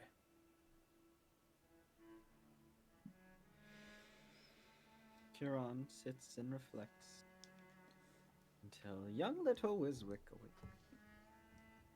Wiswick, you would awake to a stoic Kiran. Wiswick would probably, for the first part of the watch, just prepare his spells and do his regular routine. Waiting a little while to see if Kiran is like what he's up to. Yeah. Imagine you're meditating, Kiran. Yeah, he might occasionally, poke his head up to give like a swivel around, see if anything's happening. Your watch goes without much disturbance. The battle mage is likely far too weakened to come for a second attack. If they would come at all for a second attack. Seeing that you've defeated them twice now. Take that. But the morning light comes as each and all of you come awake, one at a time until you're all awake. Is there anything anyone would like to do in the morning, or would you like to just kick off? You'll reach Atranari probably a little bit after, maybe around 3 p.m. from that time. Was there any point in time during my watch where the Clay is asleep? Okay. Clay would be asleep during the entirety of Kiran's watch because he essentially, despite not being an elf, has the benefits of trance. So he only sleeps for 4 hours, but he stayed awake for the first 4 hours. So he was asleep during the entirety of your watch. I think I would have used a ritual to cast Detect Magic, and I would see if there's anything on him specifically that is magical in any fashion. Absolutely. Not actually moving to stop him, Kieran goes, Wiswick, it's not polite. The governor had his secrets. I'm not gonna rob him.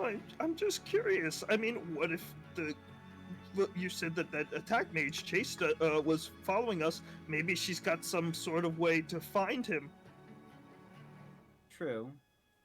We also weren't the most stealthy in our retreat from the line. True, but she was also on the other side of that line, if you remember. I do. You don't know where she teleported to when she first escaped. Right. I mean, she's taking a big risk chasing us this far out here. If she would have lost us, she would have been in big trouble. Like, I don't know how she's gonna get back. I mean, unless she has those teleport spells ready and available everywhere she goes. I mean, I imagine that it might be prevalent. I think this is a good precautionary measure. Of course. I won't stop you. I'm just chastising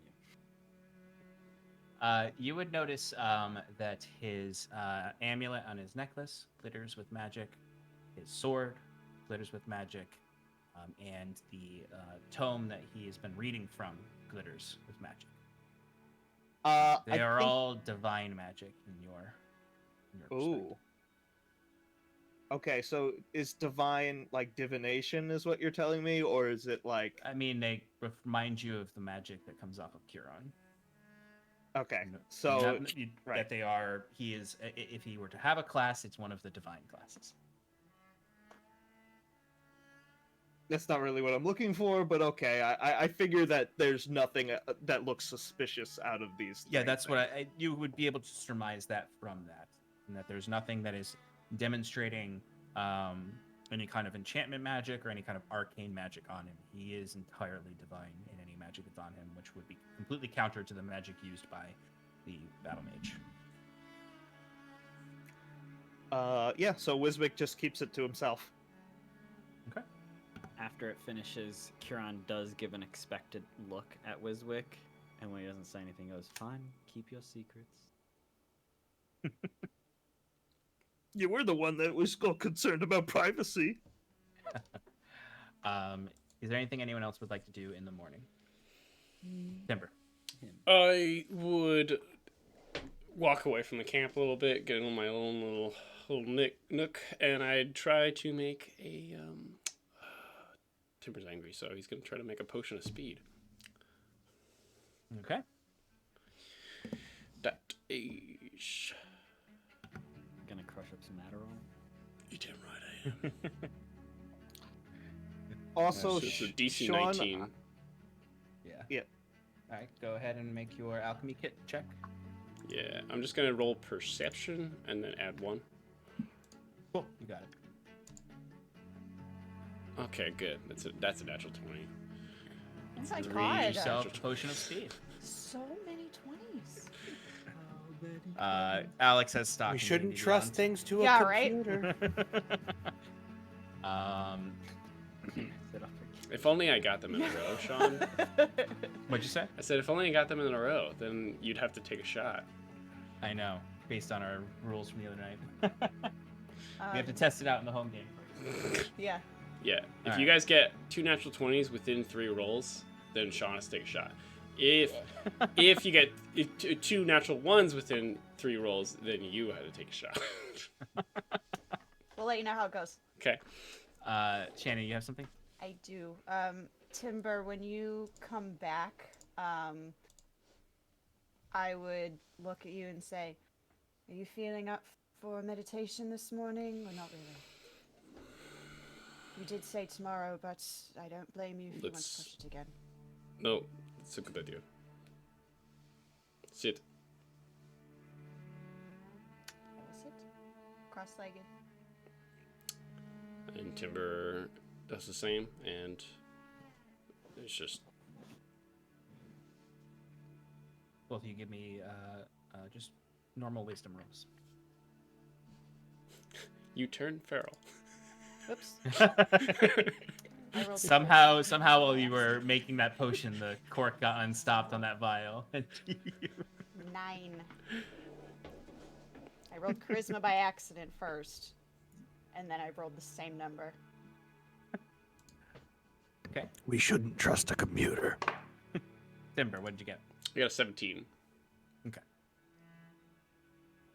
Scarlet, you haven't done this in a while, but despite the lower roll, you do feel the benefits of it. You do feel, especially after the rage you went into last night, you feel calmer. You're still struggling. It is the thing that's most frustrating is you're trying to conjure up the image of the flame in your mind. And it feels like when you were trying to light the fires in the prison beneath Kinsley's estate. You can't quite get it. You're grasping for a memory that isn't there. And you're starting to understand that more and more. It angers you. You don't get the serenity you're seeking. It just makes you more angry. Timber, you feel angry when you start the meditations. And you feel like there's a low thrumming growl at all times in your mind. You find yourself biting at your lips and gums and tasting the blood in your mouth and savoring it until the meditation goes by and you start to find your center. You hear the flapping of wings in your mind. And you feel comforted. Okay. Is there anything else anyone would like to do before we set off to Atranari? Kieran gives some extra love to Rocco. Give him the good feed today. Yeah, whisper a few loving words in Elvish to him. And then we head off. Give me a quick animal handling check with advantage. You know, this is the first time you've asked for an animal handling check for Rocco. Oh wow, dual 8s, so 13. Okay. wasn't a particularly hard DC because of your friendship with Rocco. Rocco, sorry. Rocco is absolutely enamored with the feed you give him today. Maybe you sneak him a little bit of fruit, and you move faster. The party moves a little bit faster. You're gonna get to Atranari a little bit earlier. Just because. Just Excellent. because I want to.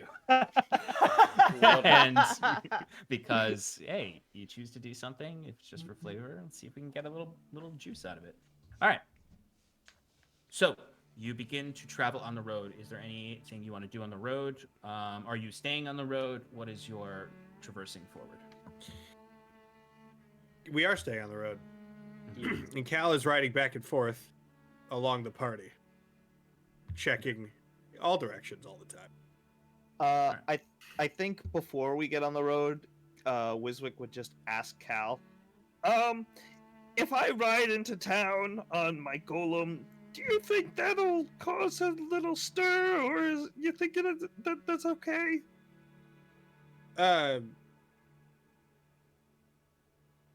Let me talk to them first, and then it'll be fine. I'll stay in the back then. That's a good idea. Cal, give me a perception check with advantage because you're taking extra care to look around. Kieran will be leading as he has wont to do, keeping an eye out, and every time Cal comes up, every single time, Kieran will just over his shoulder. Still nothing up here, Calith. I'll let you know if I see something. You're going to be doing that a lot then. Exactly. 16. Okay. Wiswick's just going to be teaching his golem as usual. Yeah, you would hear in the back Wiswick teaching this golem one word at a time as it's just.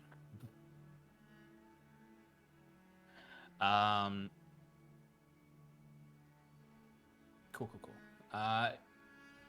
Timber's just gonna be, he's not looking hard, but he's gonna look for some herbs along the road, just like if they're inside the road or something. Nobody All right. spots them. He's gonna go and grab them. Go ahead and give we'll me a handle roll. that. Oh, okay. You gonna No, roll? we'll do it. We said Oh, we yeah, would do it. we'll do it. Okay. Perception roll. What are you guys doing? It is. Let's do perception. Okay. All right. Cal Scarlet would be ignoring you 23? every time you go by her. Nice. It's to make up for my other day when I rolled Okay. less Yeah. than So, you know. 10s and a Okay. So 7. every now and then, maybe when you all like stop for a moment to have the horses take a break, and maybe enjoy a little jerky or something like that, you begin to move your way kind of out into the fields, maybe towards the forest. Kind of, you avoid the farmlands. There are a lot of farmlands here, and you try to get those in between spaces. It's not a lot of biodiversity here because of a lot of the tillage, unless you wanted to risk losing your constitution by going across the river. Yeah, no thanks. Although I imagine timber is like, imagine what herbs I are can over there. make. You would get 3 things. You would be able to find some kind of digging through the snow. You find some Arctic creeper, which are these particular type of lichen that forms during the long dark. They kind of sprout out from the earth during the long dark and move their way up the trunks of trees. So you kind of, I imagine if you could imagine like a wolf like leaning up and scratching bark off a tree, you're like doing that, but you're scratching off this lichen that you see underneath the frozen ice. So you get 1 Arctic creeper. You would find you would find a little bit of druid sap out of these trees. You'd find 2 of those, and then I'll say you also will find a little bit of bloodgrass growing. Okay. 1 bloodgrass. All right. 1 unit. 1 unit of bloodgrass, being a type of plant that grows at the sites of dead animals. When an animal has died and decomposed in space, you see these blood red leaves, blades of grass that grow up out of it. All right. Anything else from anyone for this day's journey? Okay. Cal, with that 16, I would say that first of all, the weather is very clear today. It's clear skies, no clouds. It's still cold, but you don't have any of those inhibitors, so you can see pretty far. Things seem clear. You don't spot the mage. There is almost oddly a higher chance of spotting them at night because of the magic they use than during the day. But as far as you can see, and you start to feel, I mean, I don't think your behavior will change, but you start to feel a little bit more confident and comfortable with what you're looking out at, and you think we should make it to the city safely, or the town safely, with no interruptions. Then yeah, I continue to chivvy the group along, so that we're making good time. Absolutely. Cal's command and Curon's treatment of the horses has improved your timings. You guys will, instead of getting there around 3 in the afternoon, you're going to get there at noon. And as you start to approach, you find that... sorry, I'm pulling up my map. You get to Atranari, and it is beside the river, and you can see that it is a not a massive town. There's a lot more industry in this town than there is dwellings. And you can see kind of from the crest of a hill, there is the town itself, which is organized in 2 concentric rings of structures. One and they're kind of they're not really rings so much as they're somewhat in a hexagon-like shape, where the flat side of the hexagon goes towards a massive workyards, where you can see factories, water mills at the river, and several large structures and smokestacks coming from them. You can see the town is abuzz with activity, and you can see just beyond, on the road leaving the town, which crosses this branch of the river. You can see like units, like a long train heading south, and it seems like there are probably soldiers leaving the city and heading further south. The town itself has a lot of flat rooftop buildings made up of Italianate style buildings that are clustered tightly around these tight streets of the town. It seems like the center, where the town hexagon is has a very open space in the middle, where you can see there's a buzzing activity. Is there any kind of like central fountain or statue? There actually isn't in the center of this. It's a fairly open space of stone, cobblestone. It's pretty big. If anyone's ever been to Siena, it's like the town square there. But if not, it's just a big hexagon town square. But looking at it, it's probably like the town itself probably has like a pretty small population, typically, of mostly the workers who work in the workyards, while more folks live on the western side of the Untduras or further down south. I've been through here, right? Ever? Yes. Or have I? Okay. Yeah. Is there a barracks or a keep or somewhere where somebody would probably be in charge, either the garrison or if they're a military garrison, whatever? Yeah, there would be Version of that is here. Yeah, there would be an attachment that would be in the barracks, which would straddle the line of the workyards and the residential town itself. It would be a pretty old-fashioned fort. It wouldn't have some of the more modern bastions. It would be a 4-tower fort that would have some barracks within to house a garrison or an attachment. Okay. You got the hexagon and then you got the workyards. Mm-hmm. It's on the northern side of the town between those two. Yeah, Cal would be heading there with the group, or leading the group there. Excellent. All right, so you begin helmet off. Mm-hmm. And like, I don't know, my my lapels maybe turned down so you could see the officer insignia Yeah. or On full collar display. On turned full down. display. Yeah. You start marching through the town, and you can see there are a lot of folks rushing around. As you're, there's no walls around this town, so you're starting to see there is a small attachment of units that are digging earthworks right now around the town at a distance, because word has probably reached them somewhat of some of the breaches in the northern line, but also just they provide some protection because the workers here are key to when the long dark ends and the fighting starts again. You get into the town. People are rushing about. You can see in this first concentric ring, there are a lot of just like folks on the streets, like sitting by houses. You see a lot of them are drinking. There's kind of a rowdiness to the people here, and you're noticing between them there's a lot of scruffy looking folks with like dirt on their face who look like the workers of this town. Some of them might have migrated from the south or the western side of Honduras to work here.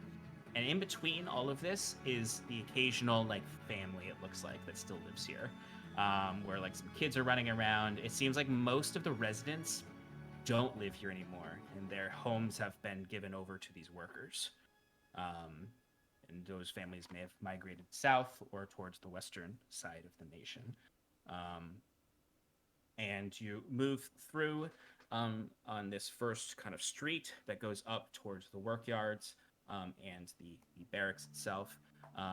When you get there, you would see kind of perpendicular to this is the street that goes into the town square. You would look in there and you would see that there are a lot of injured soldiers being tended to on their way out of town. There is a small attachment that seems to be guarding this area, patrolling, but most of the attachment that's going to stay here for the long dark is digging the earthworks out front. But you would get to the barracks, which has kind of its own courtyard area behind some pretty makeshift, kind of probably made recently palisade walls, kind of separating it from the city, although it does have its own kind of old curtain wall behind it. It has its own gate entrance, and you would start to enter into there, where you can see there are some soldiers in the courtyard who are either doing drills or working on different things, sewing up clothes, checking arms, just general day-to-day maintenance. As you're approaching the steps that lead up to the barracks, you would hear calling out from behind you, "Mr. Cal? Mr. Cal, is that you?" I would turn around. And you would see Robert coming running up to you in his uniform. He's got the absolute peach fuzziest of mustaches that has grown, very much juxtaposing the full beard Cal is sporting now. His hair is shorter, or no, actually no, sorry, his hair's not shorter. It's actually grown longer, and you can see it's kind of like curled out, and it's the blonde has really gotten even more blonde, and he might think he looks more like a man right now, but he looks like a 14-year-old. Wearing army clothes. Exactly. And I think that's actually where we're going to take a break. And we'll jump back in with the barracks and Robert rejoining the Wayward Five, or at least meeting them again. All right, folks, we will be back in 5 minutes. So stick around with us. We've got a little bit more show for you tonight. So we'll see you in a little bit. We'll be right back.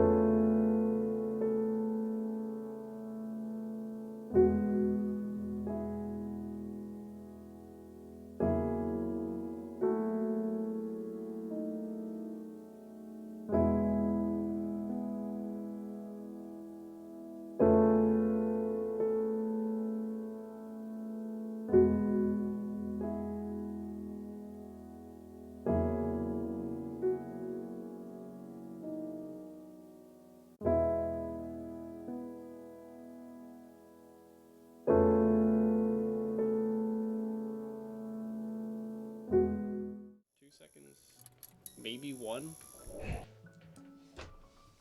Welcome back, everybody, to Advantage in Paradise. Are we back? Oh, God. Okay, thank you. Welcome back, everyone. They love to play tricks on me. All right, so last we left off 5 minutes ago, we have arrived in Atranari, one of the northernmost towns, besides the old city of Tasaka, of the Unduran nation.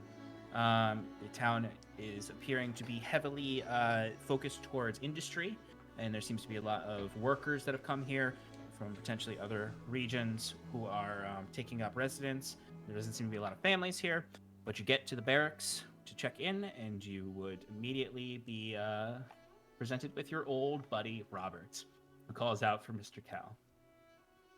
Mr. Cal, is that really you? Cal dismounts from his horse that I think we were still on. Yeah, you would. And he goes, Robert, good to see you alive. And I like, I hug him. Yeah, no, I big pound on the back, hug him. Yeah, he would immediately come in for a hug, and immediately, like, as you embrace him, like, oh, this is nice. But then he would immediately back up and be like, and he would immediately go into a salute. Clearly, a few months has not been enough time for him to really develop a proper decorum. Cal casually salutes him back just to make sure he knows he can drop his hand. What are you doing back here? They give you leave? Yeah. I didn't really know where to go. So I got here, and I just kind of been hanging out here. I'm in the the tavern in the town square. But yeah, I never thought I'd see you again. Well, I think I knew I would see you at least one more time. Point is, Robert, I haven't seen you since I shipped out of the Fourth. Where have they been keeping you? Oh, well, here and there. I've been doing a lot of running. I am very good at it now. I'm in the best shape of my life, Mr. Cal. Yeah, a lot of I was staying on the third line. I wasn't really anywhere near any of the the boom boom. I heard it. And Robert would look past you, Cal, and be like, "Oh, you're all here. What? What are you all doing here? Last I saw you all were going all over the place. We were on the boat, and we stopped, and you all got off and had a real sad. Yes, and now Ilyvania needs us once more. Oh, that's right. Well, welcome to Atranari. If you want, I'll be in the tavern. Do you even remember our names, Robert? Oh, of course, Wiswick. Curon, Scarlet, Timber, Mr. Cal. Kaze. Oh, new name? Timber just looks over at Curon and just growls a little bit. Because he's a wolf. That's Wiswick, Bilgru, Farlight, Yell, and Jedry, Pedry, Netherrock to you, mister. Oh, I'll never forget, Shmee. That might be the first time you actually heard Cal laugh, like legitimately, since you've met him again. At that, and he goes, "Robert, who has the command of the garrison here?" Command of the garrison. Sorry, Sean. No, it's okay. I understand.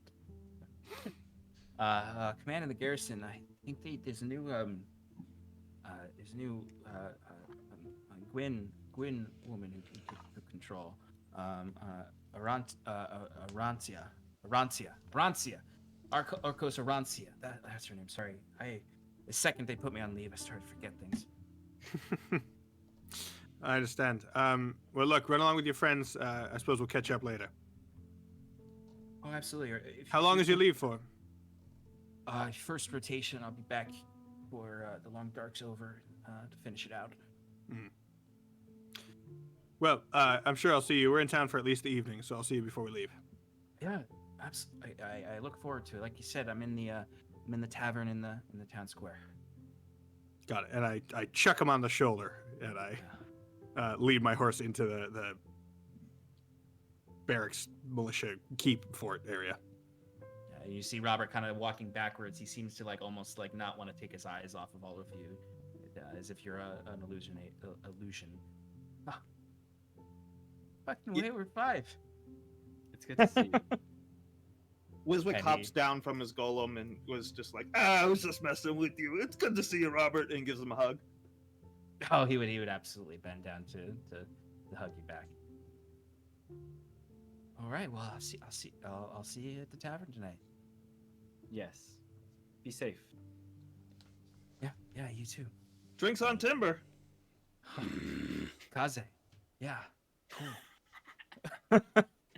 And you see he starts jogging away. Yeah, Timber looks at Kieran and licks his lips. Okay.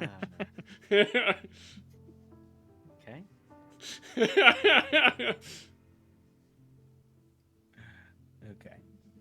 All right. So you begin to head up into the barracks. You're in the kind of the courtyard now. You can hop off your horses if you'd like, and someone will be there and recognizing your station cal to take them in, clean them up, and provide some feed.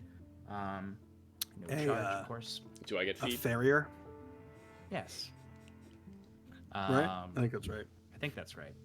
I know I looked it up a while back, and but anyway. That's specifically a horse shoeman. But I think I Yes. thought they used it for like a general. Whatever. Yeah. It's fine. But anyway, you start to ascend the steps up into the barracks proper, into like the actual command center of the barracks. You would step inside, and as soon as you walk in, you would see kind of the command office there. You would see there is a larger kind of desk up on a raised dais in the back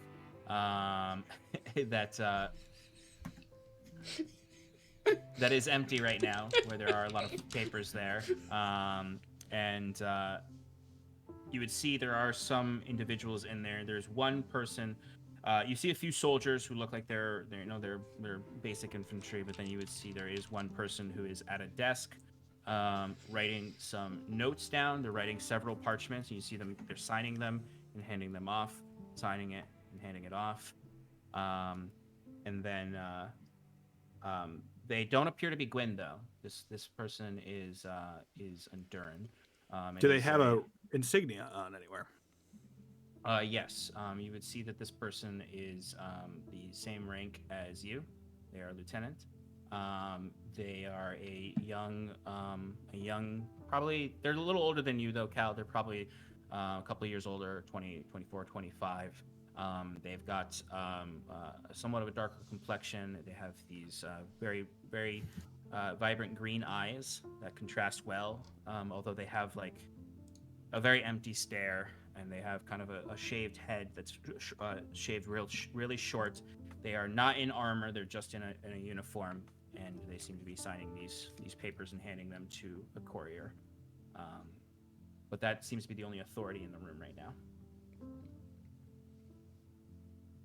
Then I would walk right up to that desk and kind of, I'm not saluting because he's not a superior, but I would, clearly snap to some kind of like attention, both to get his attention and to be, formal. I'm not mean, not rude. Yeah, absolutely. And they're in it. They know what they would immediately kind of look up and look past you at your companions behind you, and kind of put their quill down and nod to the courier. I will continue this later. Lieutenant, my name is Lieutenant Bailey. What is your name? I don't know. Lieutenant Stormrain, sir. Ninth and Curses. Not sir. Lieutenant Stormrain, Ninth and Curses. Stormrain, Lieutenant. A pleasure. I have heard some stories from the lines. Pleasure to meet you, Lieutenant. I was looking to speak with the Arcos in command here. Yes, Arcos Arancia, she prefers to be with the people in the courtyard. She is helping out with the wounded right now. Well, I suppose I will go and address myself to her then. In the meantime, is there any chance that my squad here and I could find some lodgings here.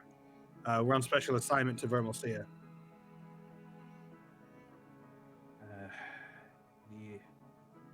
Give me a little time to see if I can move some things around. We are somewhat full right now with the some of the wounded coming back and preparing them to send them on leave. No, We're a bit full. We should only be here for for the tonight. tavern with young Robert, right?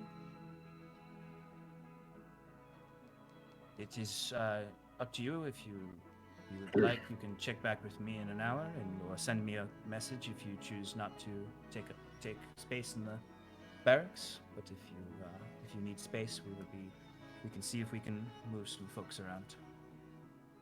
But just let me know, Lieutenant. Cal kind of side eyes Kieran. Oh, not directly to him, but okay. But then goes, I will need at least one room. We are escorting, and he said, I pitched this very low so only the lieutenant can hear me. We are escorting a VIP that needs to get to Vermalcia, and a more protected room will be more beneficial. I see. Understood, Lieutenant. We will ensure that we at least have safe accommodations for your escort. He kind of looks past you and he kind of looks and he's kind of you can tell he's like, which one is it? And then you would see Governor Clay kind of pushes forward. Yes, I am under the protection of these individuals. If necessary, I will stay within garrison. Cal waits for that to satisfy this lieutenant, you know. Lieutenant looks. Yes, of course. We'll make accommodations immediately for your guest, and we'll make sure that we have a attachment for him while he is staying here. Thank you, Lieutenant. I'll of course get this cleared with the Arcos and get you your orders written as well. But I appreciate the ahead of time progress. Absolutely. I'm sorry, guys. I don't mean to be a bother, but I have a giant golem. If you didn't notice that I walked in on. Is that okay to bring around town? I mean, maybe you want to leave it here with these travelers under your authority, Lieutenant. I take full responsibility for anything that goes wrong. Well, then, in that case, it is on you, Lieutenant Stormrain. I do not see any reason why, if these wards are helping you, for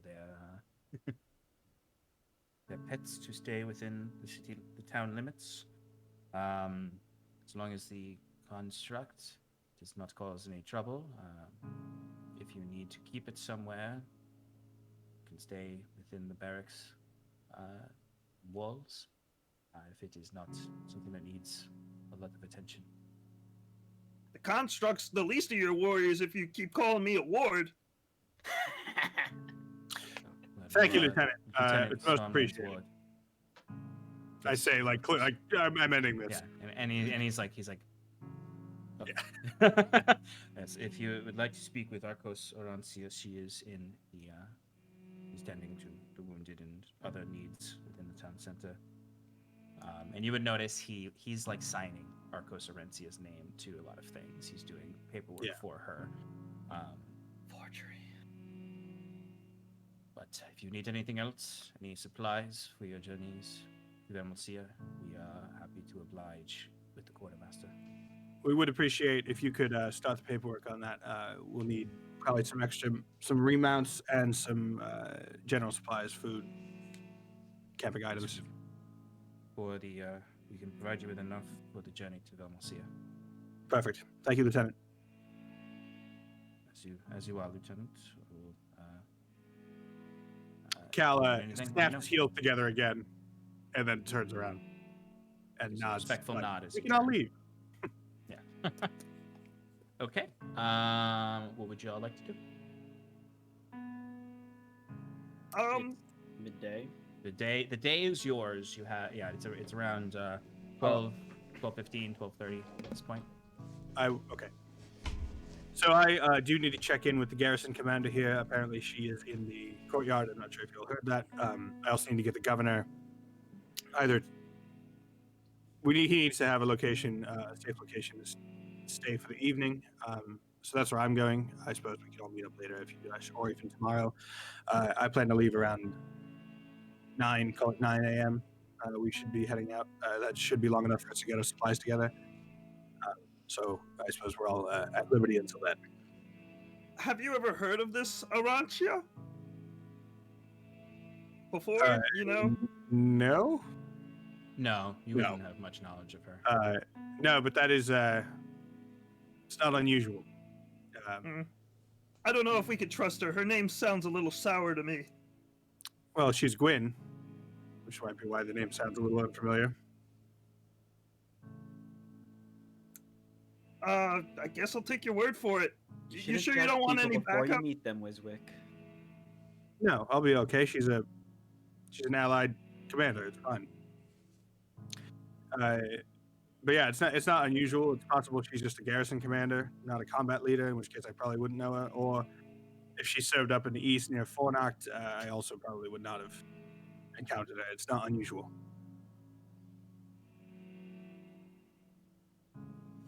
All right then. Well, Cal waited for anyone to object all again. right, well, Okay. we have the day. Aren't you glad I didn't reject?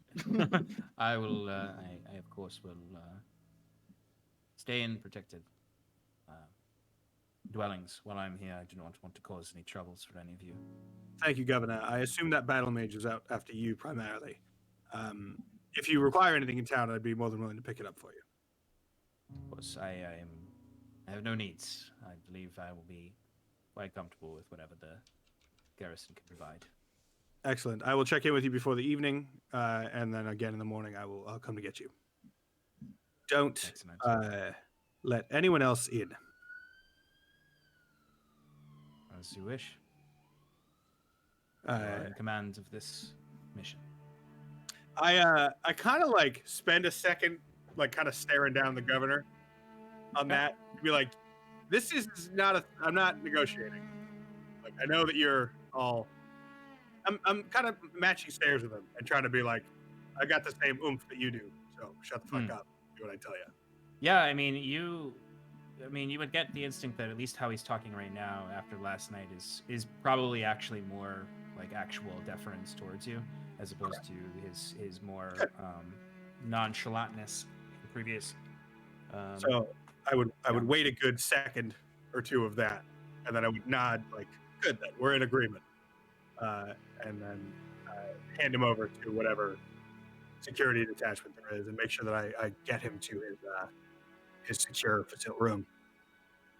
Yeah, absolutely. It would be easy enough to do. It seems as though it looks as though they've probably cleared out the Arcos' dwelling for him. Probably at the permission of the Arcos, once whatever courier sent in that request. But yeah, you all have the day. What would you like to do in this town? If Kieran was to walk out of the barracks into the town square and do like, I don't know, a perception check or something, what might he see that is of note or interest? You know, the areas around town or the various NPCs with exclamation points over their heads. Little text boxes that I can go interact with. Timber would You see an NPC him, just doing a FYI. circle around the square constantly and just stopping in front of you and being like, hey, how are you doing today? Oh, doing well, thanks. And then he just walks away. A minute later comes back. Doing well. Oh, not from around here. Was around. Timber, you were going to say something? Kieran, give me just a quick perception check. Timber, at the sight of Kieran going to get some air, quote unquote, Timber would immediately follow.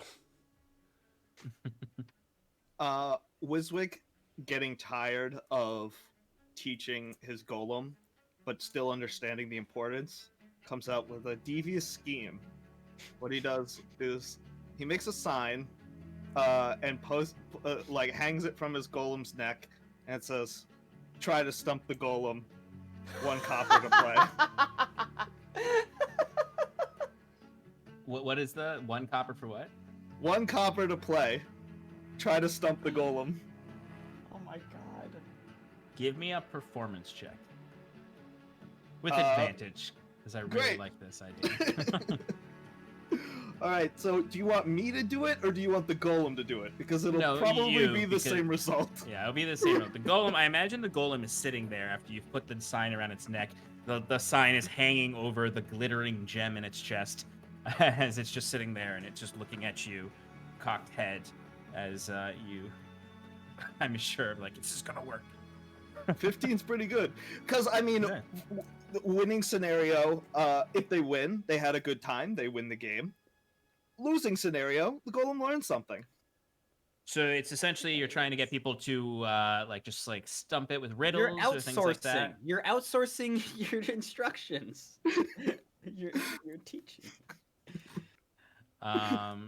Generally, you're trying to get them to just try to tell it a riddle or something like that. Tell it a riddle, or I'll just say, ask it a question. If you know any good facts or something like that, it'll try and answer them. Yeah. Okay. You do get a few with the 15. You do get some curious passerbys. You get some of these workers who seem like it seems like when you all came here, it seems as though the workers might have been given a day off, and that's why there's a lot of merriment happening, or been given a day or 2 off. You would have a soldier or 2 come up, and they'd ask. Some of them would ask some of them are just like.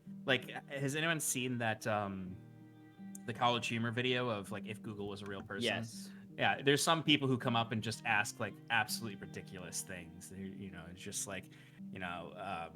and then you have some people who come up with some riddles. You have one guy who comes up and goes, "Hey,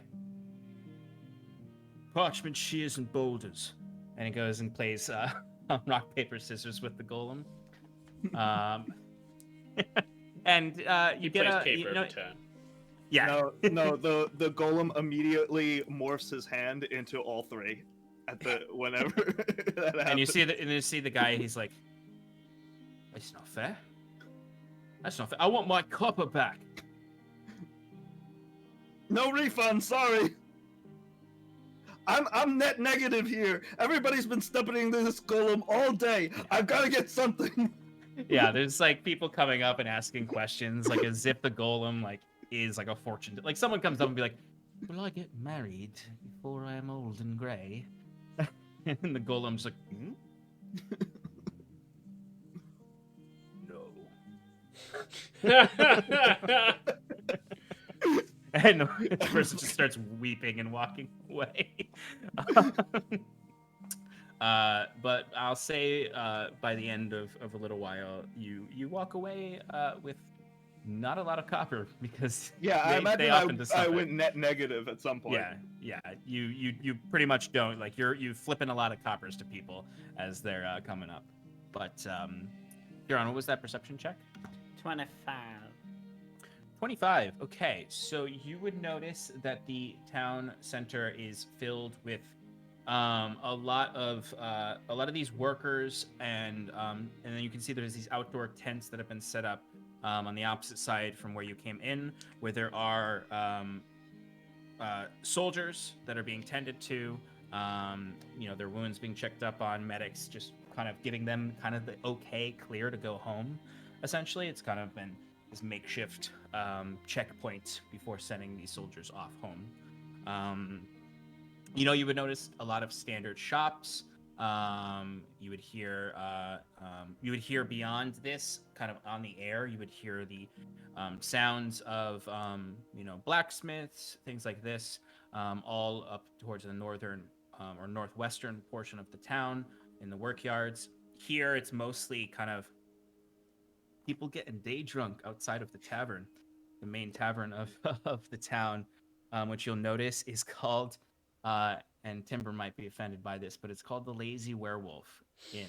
And there is a sign of a beer-bellied werewolf painted on the sign in the front, just sitting there with beer on the belly. It's alternate reality Timber if you just went home and just kept getting drunk. You mean realistic? Current, it's realistic Timber, yeah. Kieran most definitely points at the sign, looks at Timber, and goes, huh. Timber does chuckle at it. I think Scarlet would have been following Kieran around for a little bit, and then I don't know if there's like a separate bathhouse or if there would be a bath in the tavern, but she's definitely looking for a bubble bath. So you could ask someone, passing by. Maybe there's some cleaner looking drunks passing by, and they would all kind of direct you. They would say, all right, there's kind of like private baths in the tavern, but there is a bathhouse itself, which is only kind of serves that particular function, which is called the artisans' pools.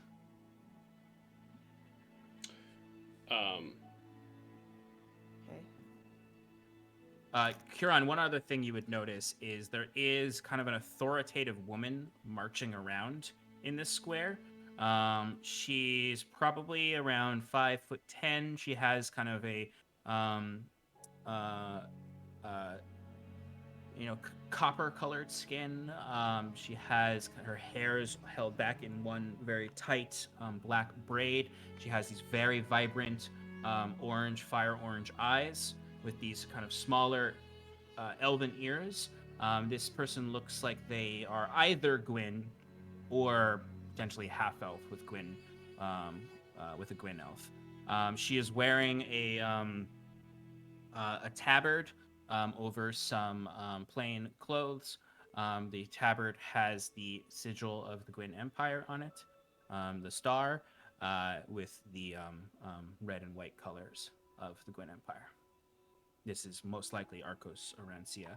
And you see she's like carrying like goods around. She's working right now. She is like stockpiling. She's commanding people to do things.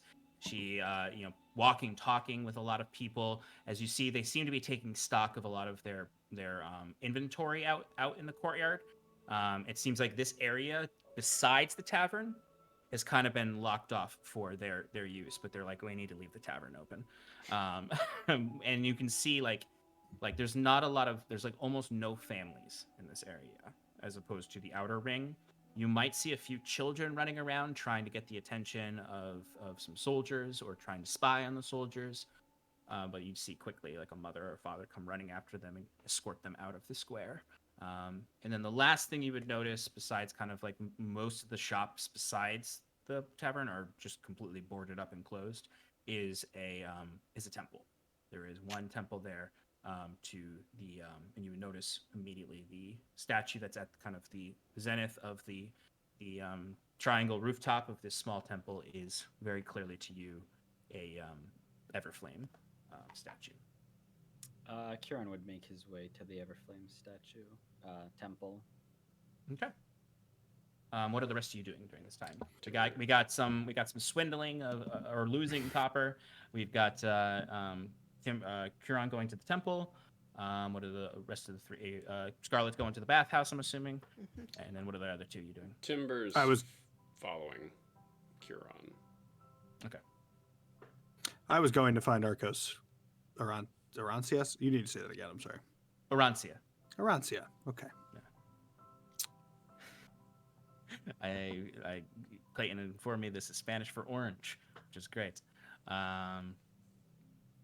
Spanish doesn't exist in this world. So Good name. It's actually Gwyn for orange. No. There's an orange tree in the courtyard.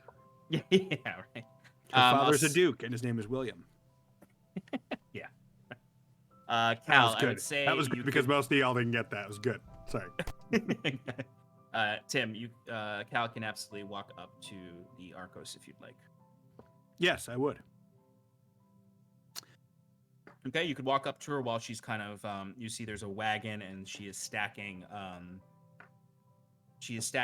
these stakes into it to be brought up to the earthworks and other supplies to help with the earthworks, shovels, different trench plows and all those sorts of things. Arcos Arancia. she would not stop working. She would still kind of walk back to the pile that she's loading up and look over, and she's, oh, yes, at ease. You, Lieutenant. She kind of notice she's distracted as she's working. She's very little formality. You'll notice immediately. As she's kind of rolls her sleeves up and lifts up a bunch of planks of wood and starts loading them onto the carriage. Lieutenant, you are not part of my attachment here. What business do you have in Atranari? Yes, ma'am. Lieutenant Khaled Stormrain, 9th and Cursus, here on special assignment. I'm actually headed towards Vermalcia, but my squad needed to stop and replenish our supplies in your town.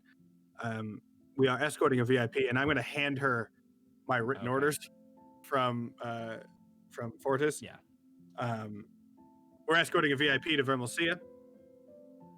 You see, as you hold the paperwork out, she loads up that last pack onto the cart, and you see she kind of wipes some sweat from her brow as she wipes her hands on a rag and comes marching forward and grabs the orders and rips open the seal and starts opening them. Cursus unit, what business does an Incursus have this far from the front? Is there a threat? Not here, ma'am. Not to my knowledge, at least. As I said, I'm escorting a VIP back to Vermalcia. He has some form of knowledge. I'm honestly not quite read into it. I say, like, with that smile, like, aren't we all just blind here? The army, right? Like, that's the smile I'm giving. And I'm tasked with getting him there before I head back. I'm first rotation back on leave. Lucky you, Lieutenant Stormrain. And she kind of rolls it up and hands it back to you. Arcos Fortis' commands, okay. Have you checked in with the barracks? Yes, ma'am. I've actually stashed the aforementioned asset there in one of your secure rooms. The lieutenant there, Lieutenant Bailey. Lieutenant Bailey? Bailey, that makes more sense. Lieutenant Bailey. Yes. Yes, the war. Lieutenant Bailey was going to begin handling it, but I just wanted to ensure that I had your okay and your orders. Well, of course, not much I can say against Incursus missions. Absolutely, yes, we've got plenty of supplies that we can hand over to protect your base. And she kind of having like read those, like, Governor Clay. I see. You're supposed to check in. No, sorry, not that. I had heard that he had snuck off. So yes, we will put our best soldiers on it. You can rest assured we will protect you and your mission while you are here. If you, I know you're bound for relief, but if you have an extra hand and some time, Lieutenant, we have some work to be done today. We would be happy to have your help if you are willing. I understand if you need rest after your journey. Thank you, ma'am. Let me see to my squad, get everyone squared away, and then I'll return if I am able.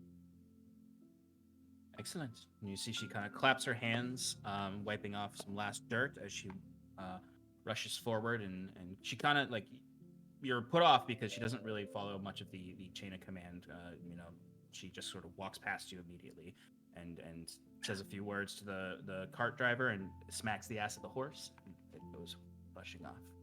She immediately gets back to work. I like belatedly salute when she passed me, and then stay for a second, and then fold up my orders again, put them back in my map pocket or whatever the hell it's called. And I suppose I would head to. I don't know. I leave. I head to the tavern, I think, for now.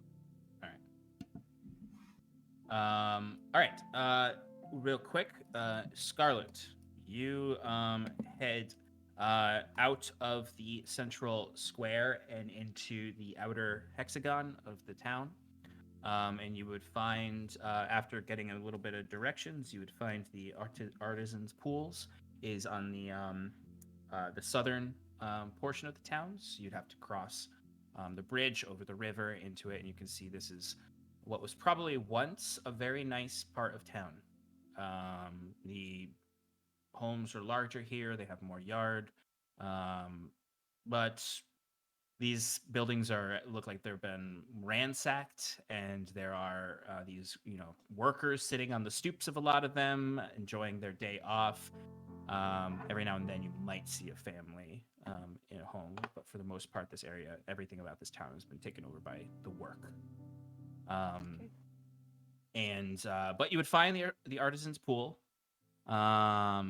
You would go in. It looks from the outside like a very respectable establishment. It's got these lovely pillars of what appears to be marble. You step inside and there's a reception area. It echoes a little bit in there, as you would see a very harried employee there who looks stressed the fuck out. They are probably, the first thing you would notice is that they are actually a tabaxi. You would see they have like kind of cheetah print fur, and they're wearing a long kind of formal robe, and you can see they're just sort of like have their paw on their head like this as they're like looking around, and you would hear behind the wall in the back what you presume is the bathhouses, just like raucous individuals just like shouting. It sounds like someone's fighting back there, the splashing of the pools. What do you do? Well, doesn't sound like the kind of environment that Scarlet was hoping for, but I also don't know if she can afford this place, but she'll go up and ask. Good afternoon. Oh, hello. Sorry, it's been a long day. Welcome to the artisans' pools.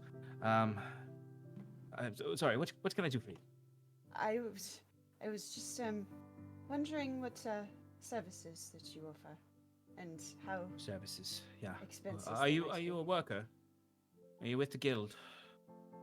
No. Well. Sorry. Pardon my demeanor. And you see he's like wiping off his cloak a little bit, straightening himself out.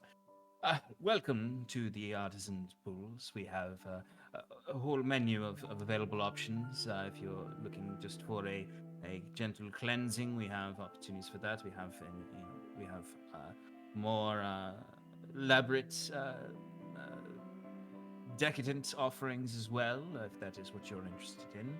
And of course, if there is a limitation on your funds, there is of course the public pools. Looking at said menu, is there an actual menu? There is, and you would Okay. see several different options on there. You would notice that there are private rooms available. much That are would they? be it would be 5 gold for a private room. I don't have any money. I have 32 silver. That's what I have. Looking at the menu, what 32 silver, which would equate to roughly 3 gold. You could afford the. Is there a bubble bath that I could afford, or no? There's not. The bubble baths are exclusively for the private rooms. You could afford if you spend 30 silver, or no, sorry, I'll say less than that. If you spend 2 silver or 20 silver, you can get into the VIP section of the public pools. Is that the jacuzzi off to the side? It's essentially like if you're at a hotel, there's the jacuzzi, and then there's the pool all the kids are swimming in. Yep. Oh, I'm sorry. I just didn't realize the time. I actually have to go meet someone. I'm sorry. Oh. But thank you. He looks walk out. He looks like legitimately crestfallen at I'm left with these barbarians. Well, if you change your minds, we close at 6 p.m. And we open at 6 a.m. So please, if you wish, come back. Thank you. And you hear a loud clamoring from the back, like someone just broke some poolside furniture. Have a lovely rest of your day. He was well. He was well.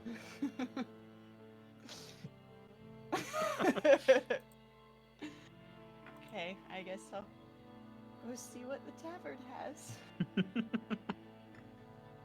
Okay. I'm just thinking about one of those small golems trying to jump off the diving board and falling straight through it. Oh, goodness. Goodness. Oh boy. Okay. So you would let's check in with Curon and Timber. So you go to the temple. It's very small. It's more like a chapel. It does have a courtyard that is itself like bigger than the temple, where you would see there is kind of like this big stone plaque there that's off to the side that you would notice is very weathered. It's very hard to read it, but you would just at least be able to read the inscriptions that are on there. At the top of it, you would see that there's like, it looks like lists of names there, and it looks like it's a memorial of some kind, but it's very old, and it's actually almost interesting considering the conditions of the alliance between Untduras and the Gwyn Empire. It would actually be like the inscriptions would say in memory of those lost to us in the fight for the Glittering Dale with the Gwyn Empire. And there'd be probably somewhere between, 75 and 150 names on there. Barely legible. This thing could be 100 plus years old, likely. And you would see the small chapel there, which looks like it probably has enough room for maybe 25 people. And then there's very, very small. When you go inside, you would notice that it has a distinct musty smell of old books. As you could see some texts laying about in the floor and in the pews. You would see from the outside they looked fairly dull, but once inside, even with the low light of the long dark, there is some glittering light coming through the stained glass that would depict visages of the Everflame. And then up at the front altar, you would see there is an altar, and then behind that altar, you would see a chair where you'd see a very, very, very, very, very old woman sitting there in the chair, and she looks like she's completely asleep. Or at first, you're like, is she dead? And then you see her kind of... That's the only individual in the room? One person there. Kieran would give a cursory look over the books strewn about and see if there's anything interesting, just staring at him in the face. Yeah, give me an investigation check.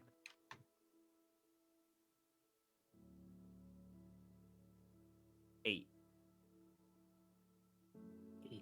You do not notice much from the books. A lot of them are missing pages, and they look like they're as old as that plaque outside. But you do see some newer texts there, here and there, that look like they're more like hymn books that have songs in them. There is some sign that's not like no one comes to this chapel, but it just does. It's so far from the center of Untduras and the center of the Everflame's worship here that, and this is such a work-focused town that it's almost like those churches you'd find in like coal towns. Yeah. Where yes, people are probably pretty devoted to it, but it doesn't have a lot of money coming into it, or gold coming into it. You would be able to see through the back windows though, because this is the stained glasses are on the side of the chapel, and the back window is just a tall, normal window, and you would be able to see through there that there is a small cemetery in the back. Is there a donation dish somewhere? You don't see something that say like is labeled like donation, Right. but you could easily leave some gold at the altar if you wanted to. Yeah, Kieran will walk up to the altar, reach into his pack and pull out 1 platinum, and just place it on the altar, and pauses for a moment, fingers like resting on the platinum on the altar. He goes, "Before you ever flame, in your domain, I ask for your help." And he turns and leaves. Timber, is there anything you do while you watch this? Yeah, well, Timber would have gotten straight, like while he was investigating the books and whatever. Timber would have gone straight to the back and just the graveyards and just kind of walked around in between the names of the dead and just appreciated the chapel as a whole.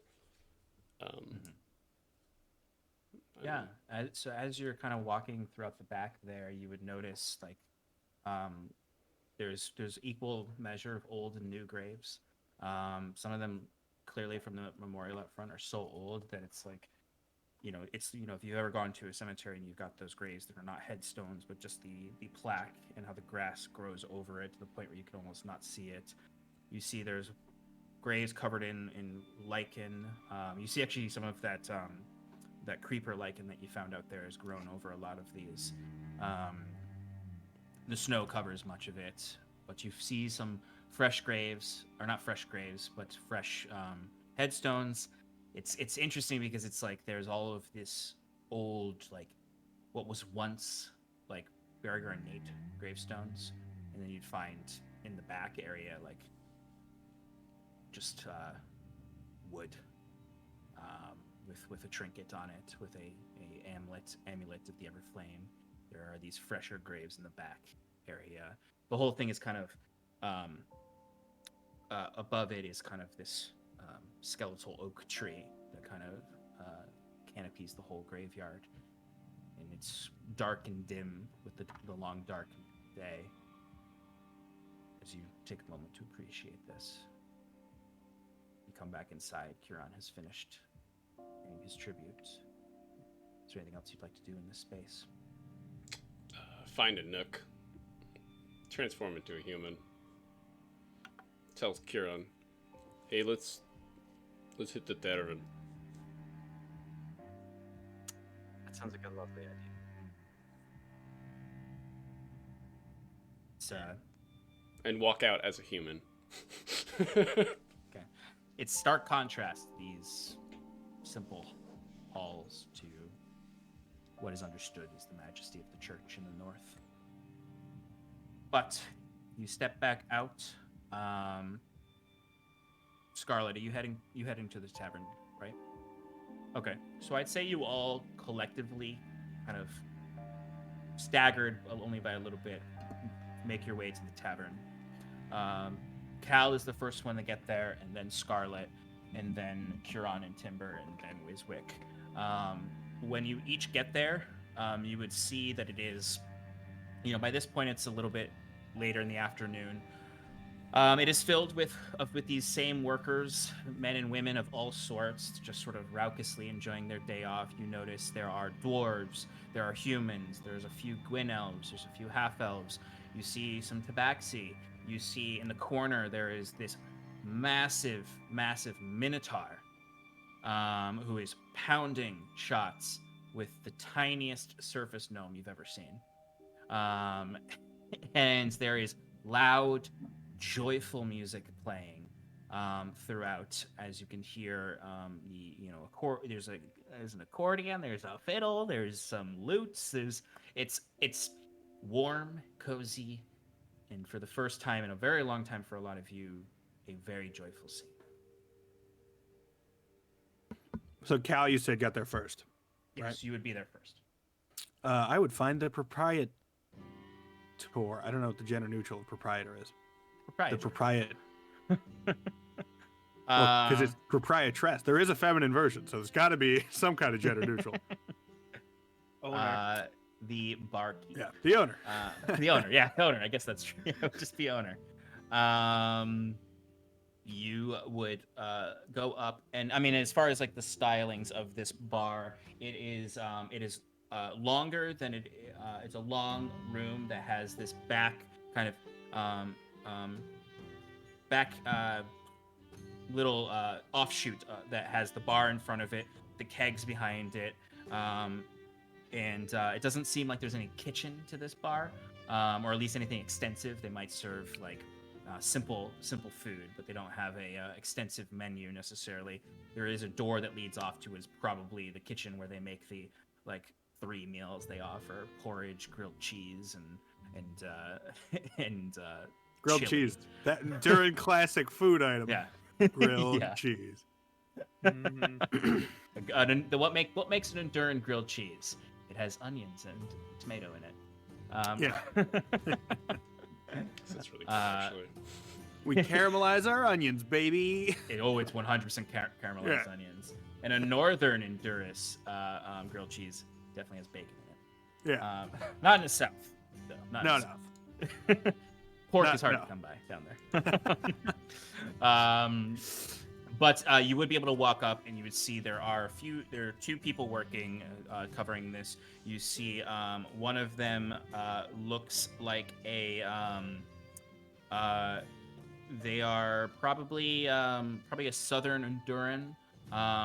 For a moment, Cal, you might even think they might be one from the far southwest of Gwenvalier, where there are the Gosu remnants that sometimes live up here in Untduras. He is tall. He has a darker complexion. Very, very strong looking. Like, you're almost surprised he's not like been drafted already at this point. If it weren't that they need someone to pour beers. And he is rushing behind the bar, filling drinks left and right. And you would see on top of the bar, running up and down the bar, grabbing those drinks and handing them to people, is a little goblin fellow. He has very long green ears that droop in the back, and he's got this black hair that is wiry and springing out. And he is very, very skinny and rushing back and forth, very dexterous. He's doing like flips and acrobatic tricks to get around patrons, almost beyond what you'd even imagine from any humanoid, as he's just calling out. It's like, you had the ski, you right over there, you had the rum and ginger. Okay, all right. Oh, beer, just a classic beer. All right. You there, military man? What do you want? I look around, like probably a good amount of people here are also military men, but whatever. Yeah. You notice, like, you actually think like he might not be pointing at you. Like, you're not even sure if he is. I heard you have ski on offer. I'll take a glass.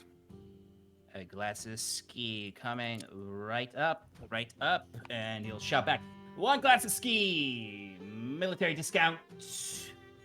And you see the guy behind. He's like pulling casks, and then he immediately grabs a bottle, and this is almost like these two are like a bar show normally themselves. Like, if they're not so busy, they're usually like flipping bottles and stuff. Yeah. Exactly. And you can see just like second nature does a quick flip with it before pouring it, even though he's not really performing, and then kind of immediately tosses it back and goes, here you go, right away, military man.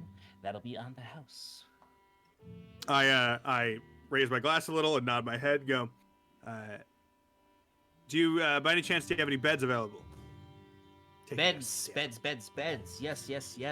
Given that all these union men and women, they're getting the residentials. They don't really stay here. They pay well for the food. But we have definitely some beds available. How many are you looking for? Well, I need one for me. I do have a group of folks coming through that I should probably reserve their accommodations as well. So call it 5 overall. 5 rooms total. All right. We can definitely do that. Those will be 5 silver a night. We'll No, only it's be a here bit for the one- pricey, but it is hard times. I smile at him ruefully and give him 5 silver, and I go, A deposit. The rest will be coming. As you wish. We'll get the first room ready, and we'll get the other rooms ready, and yeah, you can check out later and bring them. If you only stay in the night, I'll see you in the morning. But here you go, and he'll slide the keys across. And he'll be like, and what's your name, Mr. Soldier? For the deposit. Storm Rain. Storm Count Rain. of Storm Rain. Storm Rain? But the face that I just made does not translate well to anything. But it's the face Cal would have made, which is like, they're kind of just like, yeah, all right, I'm waiting. Just go ahead, just say the thing. Yeah, is it just a coincidence? You one of the sons of the old viceroy down south. No, actually, I'm half Fearbolg. I'm named after where I'm from. No.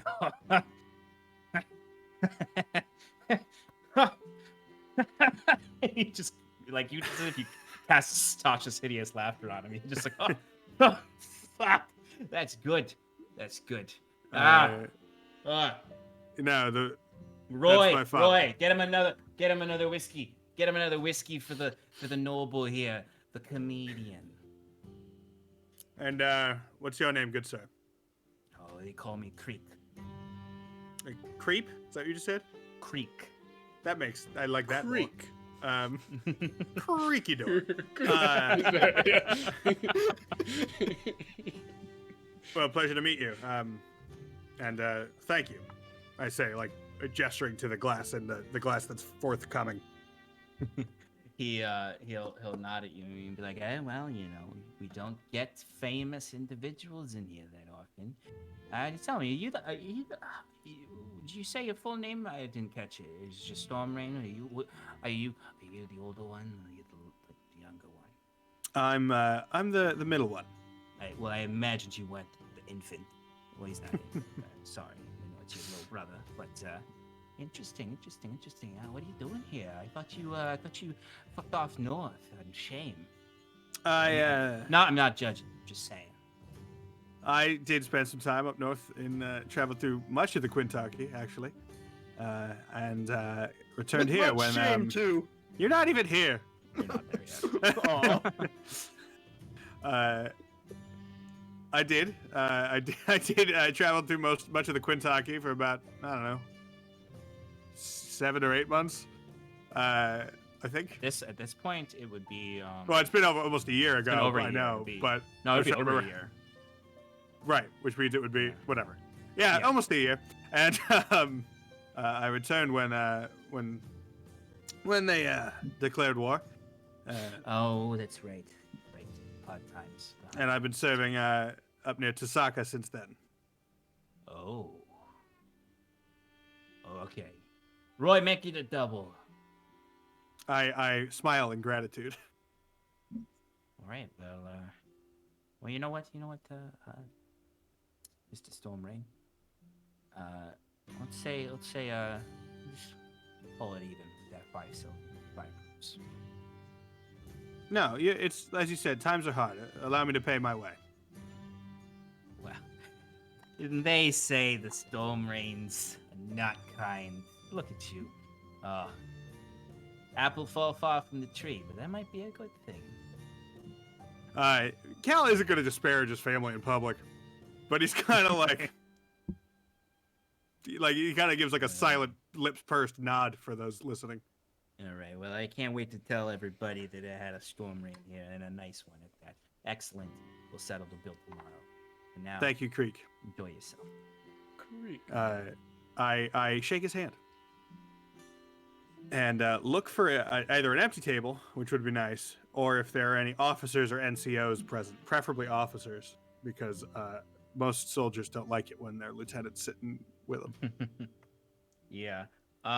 You would find. Or empty. Empty is also working. Yeah. You wouldn't find any officers in here. It's mostly the soldiers that are in here seem to be those who have been they probably got cleared this morning to go home, and they are just celebrating. Spending their back vigorously. pay?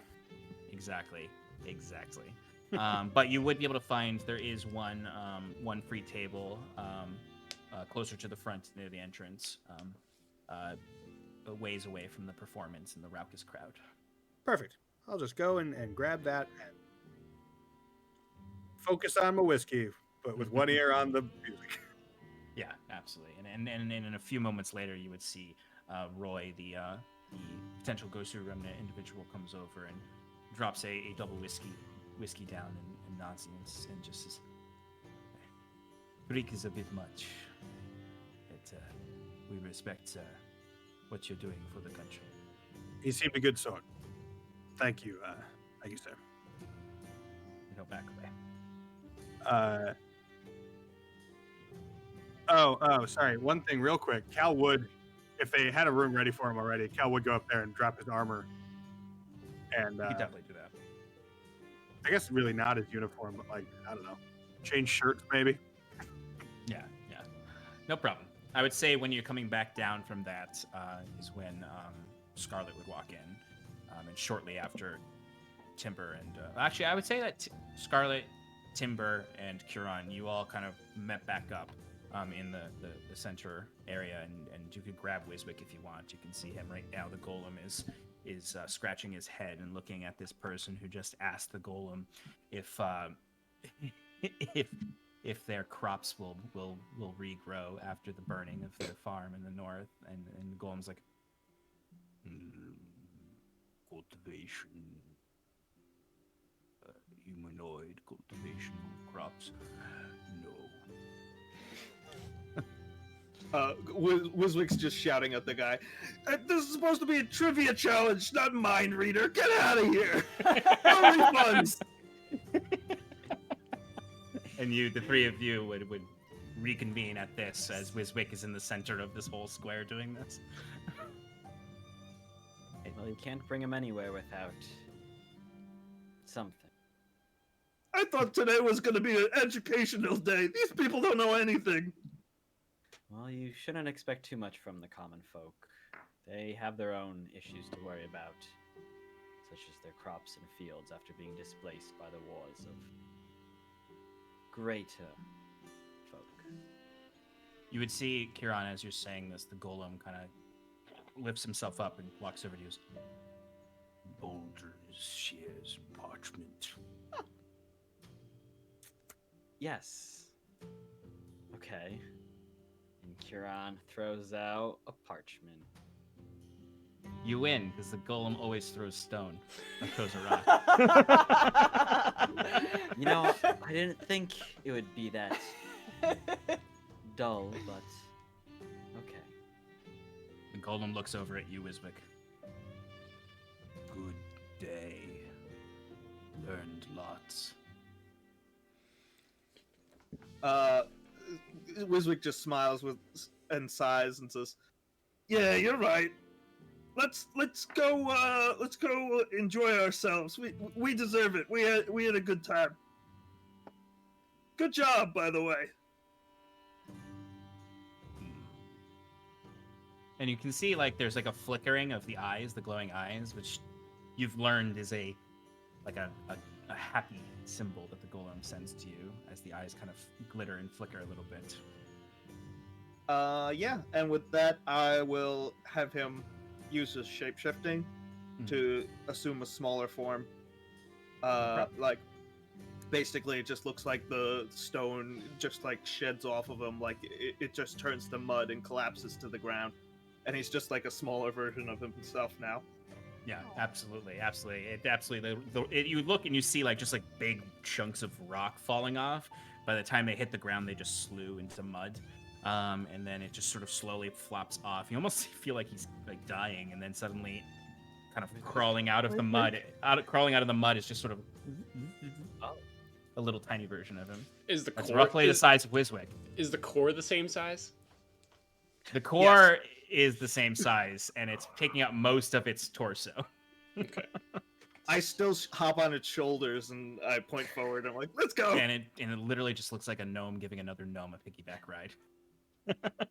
We should give them a wide berth. Let them lead the way. I don't want to be Scarlet. associated. Scarlet, weren't you heading off to the baths? I don't mean to be rude, but yes, sir, I was, but Those rather expensive. So I'm just going to see what's at the tavern. Expensive. Would you like to go? Please, it's no, No, issue. And no, Kieran no, takes out his gold purse, his little No, pouch, and that's- he's like, how much? That's all right, Kieran. No, it's No, fine. okay. It's Well, like it's not like a holiday when your Your grandparents. Yeah. We're giving Skylar an allowance now.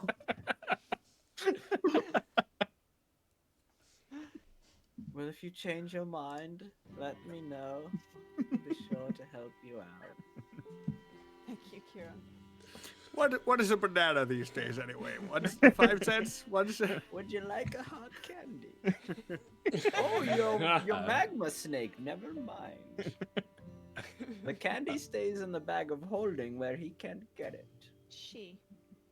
My apologies. Really it's a construct after all. She. You all walk into the tavern and would spot Cal sitting at a table by himself. Spot the raucous atmosphere. You would see a goblin do a somersault across the bar, catch a drink in his hands, and immediately serve it to a cheer from the crowd. I'll go up to the table where Cal is and kind of snarky, kind of joking, but not really. Permission to sit, Lieutenant? Oh, fucking got him. Cal smiles at her and nods like, yeah, like just nods, actually. Thanks. She sits. As you're all kind of finding your seats, you would hear from the other side of the bar coming down from the rooms upstairs. Oh, you're here! You actually came! The man of the hour. And Robert comes darting over. He already has a big flagon of ale in his hands that's half gone. He just sort of drops it on the table and then sits down. Oh, the Wayward Five. In our Atranari. Oh. I've missed you, folks. I'm sure I speak for us all when I say we miss you too, Robert. You seem to be faring well.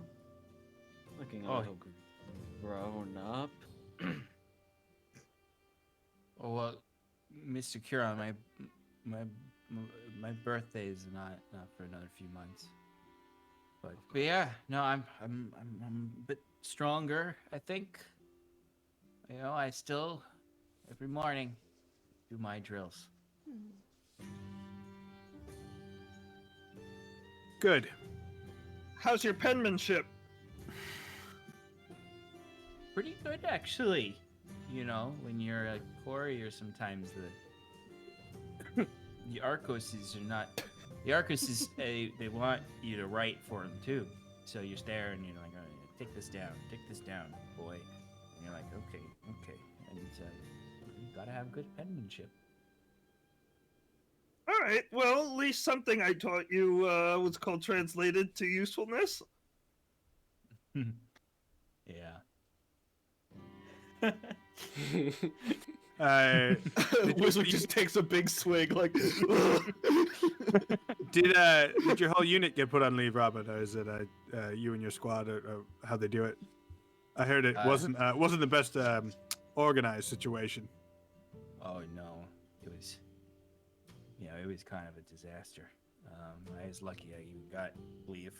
Most of the folks I was with are still there. Not a lot of us in the third line got leave, and conscripts. We got keeping us. I had some units try to do a point system, right? How many engagements you are in were worth a certain amount of points or whatever. And I was so glad that I wasn't gonna win that. Cal ruefully shakes his head, like, bureaucrats. Yeah, right. But I've heard a lot of stories about the fronts, and I've heard that you did a lot of great things, saved a lot of lives. Cal would just kind of shrug, nod, and keep drinking his whiskey. Kaze, and Kieran, you two were going to the ruination, right? That is correct. Indeed. What was that? I heard Dangerous. that there are giant sloths there. Is that true? Did you see any giant sloths? Yeah, Timber looks over at Kieran. Yes, there was plenty of them. More terrifying were the giant magma drakes, though. Oh, Magma drakes? Like Indeed. you fought a dragon? The blood of Barrett, I believe. The old lava drake cast off from Iluvania with her dying breath. Shit. But the sloths were quite... Yes, they were very... And Kieran looks to Kaze. I'm gonna say Kaze. Looks to Kaze and goes, they were very cute, weren't they? They were. Yes. If they weren't so large, then Yes. they would be much cuter. But Yes, indeed. Cal's looking at them with exactly the face I have on right now, which is, I guess, bemused skepticism. Like, what are you talking about? Oh. Well, I've never heard of anyone who's gone there. That's cool. That's very Well, cool. hopefully you'll hear of many more. Our work may have just changed the face of that area for the better. Well, I yes, well, always knew you'd be doing great things. maybe you'll be able to visit it soon. Timber slaps his hands on a table. And who needs a drink? Well, just no one finished mine. needs a drink. I Oh, think that's it's more of an Kieran. You need a drink. electoral. No, Yes. that's... Cal would raise his finger and gesture that his glass was nearing empty. You know, Robert, Scarlett and I have been doing some really heroic things too. You know, like Vizik, come with me. We had a Help me birthday grab the party. drinks. Yeah, Dragging more Wiswick drinks, away. Yeah. I'm sure they were great heroics. You can see immediately upon Wiswick being pulled off his stool by Timber, the golem immediately sits in Wiswick's spot and drops his hands on the table and just sort of like, whoosh. And you Shot see fires. Robert would be like this and then go, oh, ah, fuck.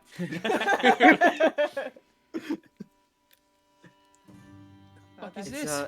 It's wonderful it's things. Wiswick's his replacement. Yes, that's what it is. This It's whole not his replacement, Kieran. deception thing is quite fun. You see Robert pokes the construct and you see it like kind of like, and you can kind of see like it doesn't have eyebrows or anything, so its expressions are hard to read, but the orangish glow of the eyes turn a little more red. As it's kind of growling, but it sounds more like stones crushing against each other. Stone growling. Robert, maybe leave Wiswick's construct alone. Oh, okay. Well, Are you making friends? yeah. You know, I mean, Are you being sure to, clean behind your ears and everything? sure. Yeah. Of course, Kieran. Making your Nice. daily prayers? Yeah. It doesn't Yeah, matter if it's still Ivania or Judge, as long as you're making sure someone's watching over you. It's definitely like saying to your grandparents, I go to church on Sundays. Good. I'm glad you're fitting in well here. Of course. Need any nice girls? Why aren't you married yet? When are you giving me grandchildren? You know. Do you have a house yet? When are we gonna have a couple little bubbles? Timber, you would Count. Timber, you would get up to the bar and see the goblin flipping around, handing out drinks, and you'd just be like, "Hey, Wolfman." Oh no, you're human right now. I'm human. Yeah. Hey there. Yeah, you look normal. you- You look like a normal person. You look like a dude. He's like, hey, real quick, what can I get you? What can I get you? What can I get you? I'm moving fast here, moving fast. On the here. What house. can I On the get you? house. What do you recommend? On the house. So we have whiskey, we've got rum, we've got gin, we've got beer, we've got beer. What do you we've got recommend? beer. We've got a little bit of house red. But for the most Hey, part, Timber reminisces about the the red The the wine general that you gave him. He's had. like, I think I want that again. Alright, would you like a glass of wine or would you like a whole bottle, whole jug? We got jugs. How much is the joke? I'll share. He dragged me along with him, You right? too? Yeah, you do, no, yeah. Timber, Wizard is right there. Yeah.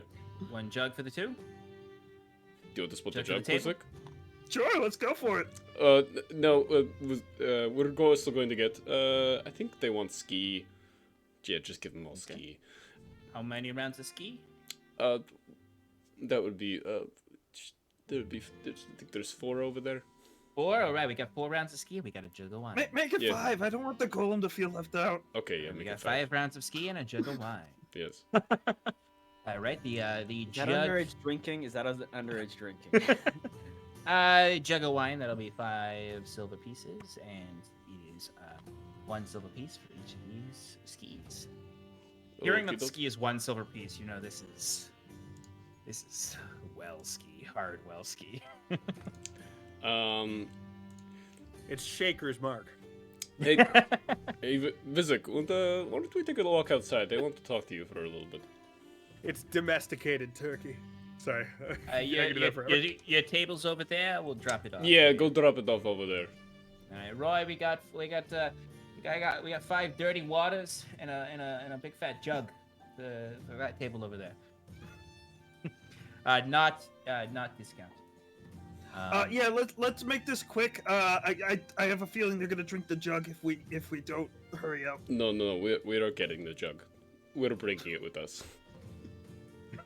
Yeah, okay. So, oh, you want the jug now? All right, here you go. Yes. You see, he jumps down, he disappears behind the table, and you see this clay jug being pushed on the table, and he kind of pushes it towards you. It's very nice. Like the jug is nicer than the wine. Can we get 2 cups too? Oh yeah, absolutely. He just shoves up 2 wooden cups with it. And just hands them to Wiswick. Thank you. You grab the jug, and just for reference on what the size of this jug is, it's like a Carlo Rossi jug. That size. Oh boy. All right, boy. telekinesis. So I think essentially that's like 5 bottles of wine is how much is in that, Oh wow. Okay. or something like that. So it's a lot. Yeah, of wine. we went overhead. Telekinesis. I can't carry that thing. It's an amphora of wine. Yes, thank you. Okay. Wow, we're really Um, celebrating. All right, let's do this. All right. You are stepping outside for a moment. Yeah, with Wiswick. Okay. I mean, I imagine there's people in the street, so like, you know, and we're Yeah, just because kind at this of. point it's around like, I'll say 4 in the afternoon. Timber's holding his cup out, like as if for Wiswick to pour him the wine with telekinesis. I think so. Wiswick, I have a question, 2 questions. One. Anyway, do you remember back in the trenches why I punched you in the gut? Yeah, I mean, it was a little uncalled for, if you ask me, but I guess you were angry because I left you guys behind. Yes, that was a very selfish decision. And because of your decisions, you put me in a very bad situation. A situation that would have easily gotten me killed. Actually, you know, it could have been all of us, actually.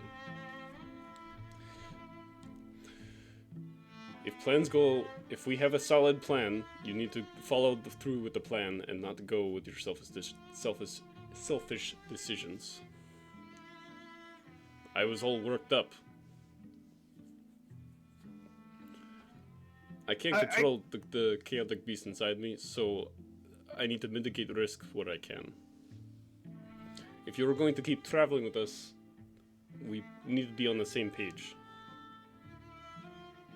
I'm aware of your baby inside, your golem, but... And I could see the concern, but... Anyway, if we have to keep traveling together, I just need to let you know that if you mess up again, I don't know what I'm going to do.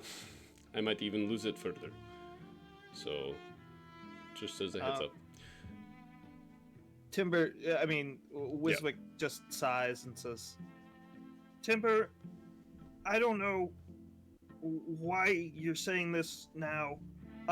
I've always had your back. The only reason why I ran that day was to protect the gem.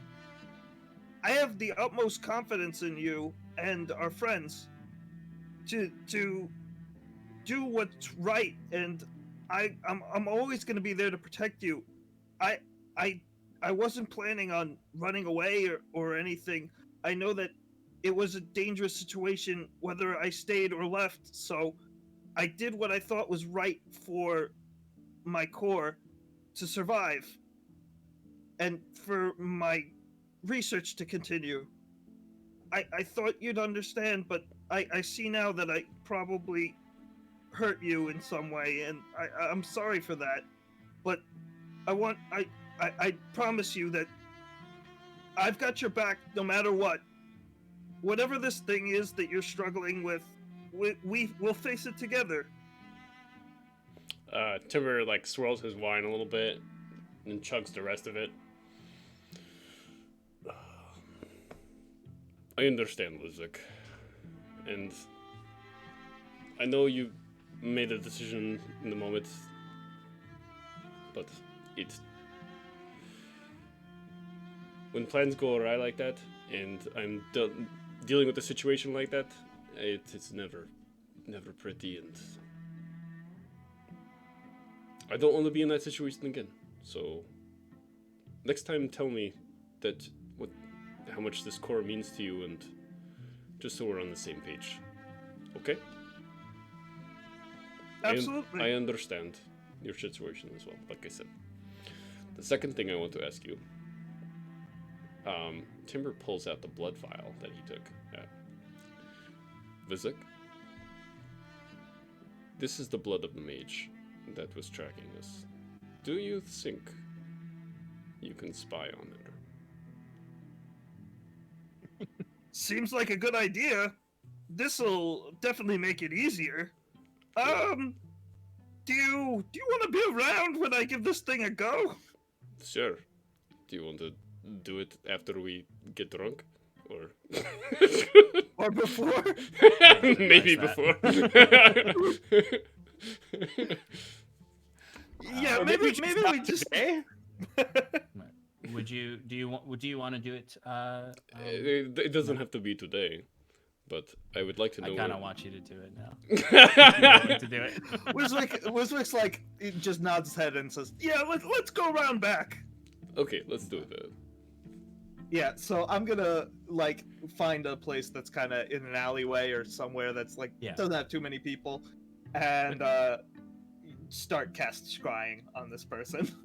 Okay. I imagine Wiswick's like excited to share a magical moment with Timber. Not every day he gets to, somebody asks him to do something magical. Okay, so with the actual, what is it? The part. They get a. Ooh, this is nice. They get a -10 to their saving throw. Mm-hmm. All right. Yeah, I don't even know why I rolled at this point. Honestly, what kind of saving throw is it? Saving DC is 17. Well, what kind of saving throw is it? Wisdom? Wisdom. Okay, so they got an 11. So, all right.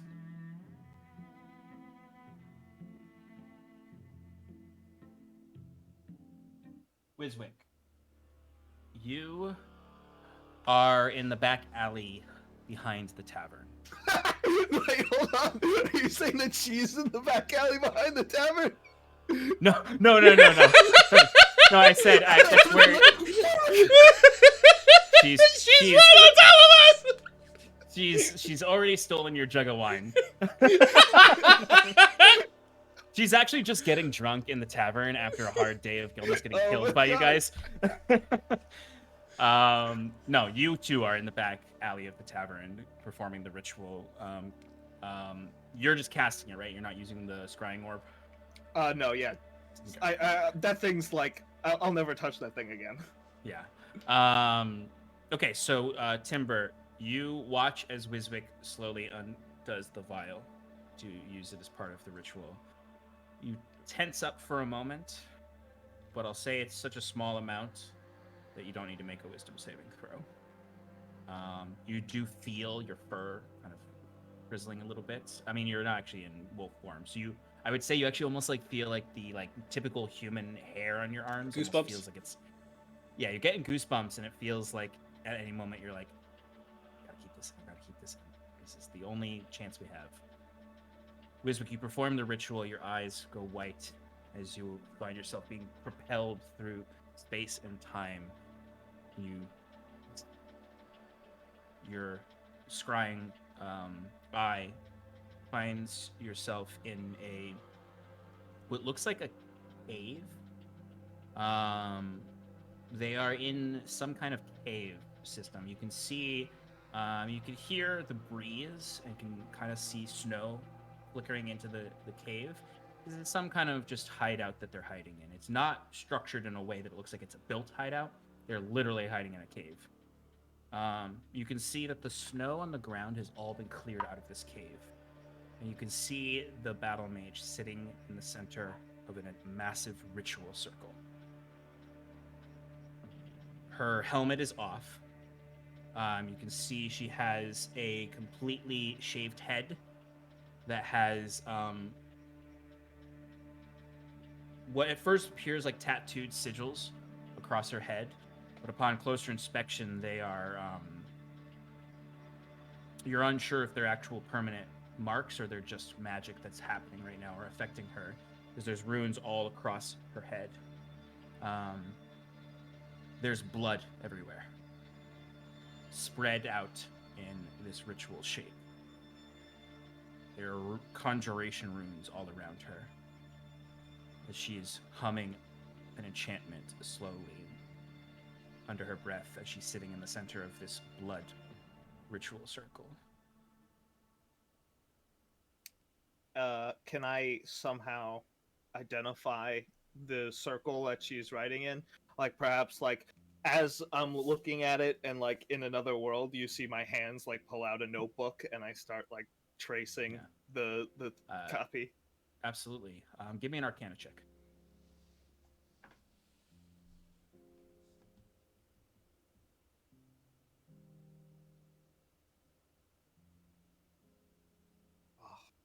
Why even ask me to roll these? I got a 29. You've seen similar runes before, but when you saw them before, they were not correct. They were wrong. You analyzed similar blood runes with Huron a long time ago, underneath Driftmarch. She summoned fiends. She's performing some kind of conjuration ritual to summon fiends. Any other information I could possibly get from her, perhaps since she's in a cave, can I somehow like listen in for like water drops, or if I could hear give me a quick outside? perception check. Perhaps I could look at the rocks and tell if there's been condensation, or like I could see how deep she is. Yeah. Perhaps. You said investigation? Investigation or perception. Okay, I'll take investigation because my roll for that is much higher.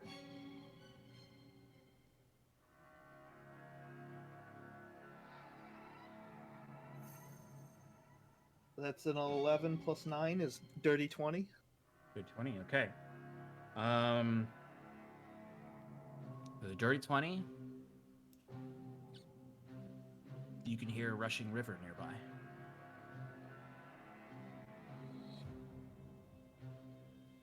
Okay.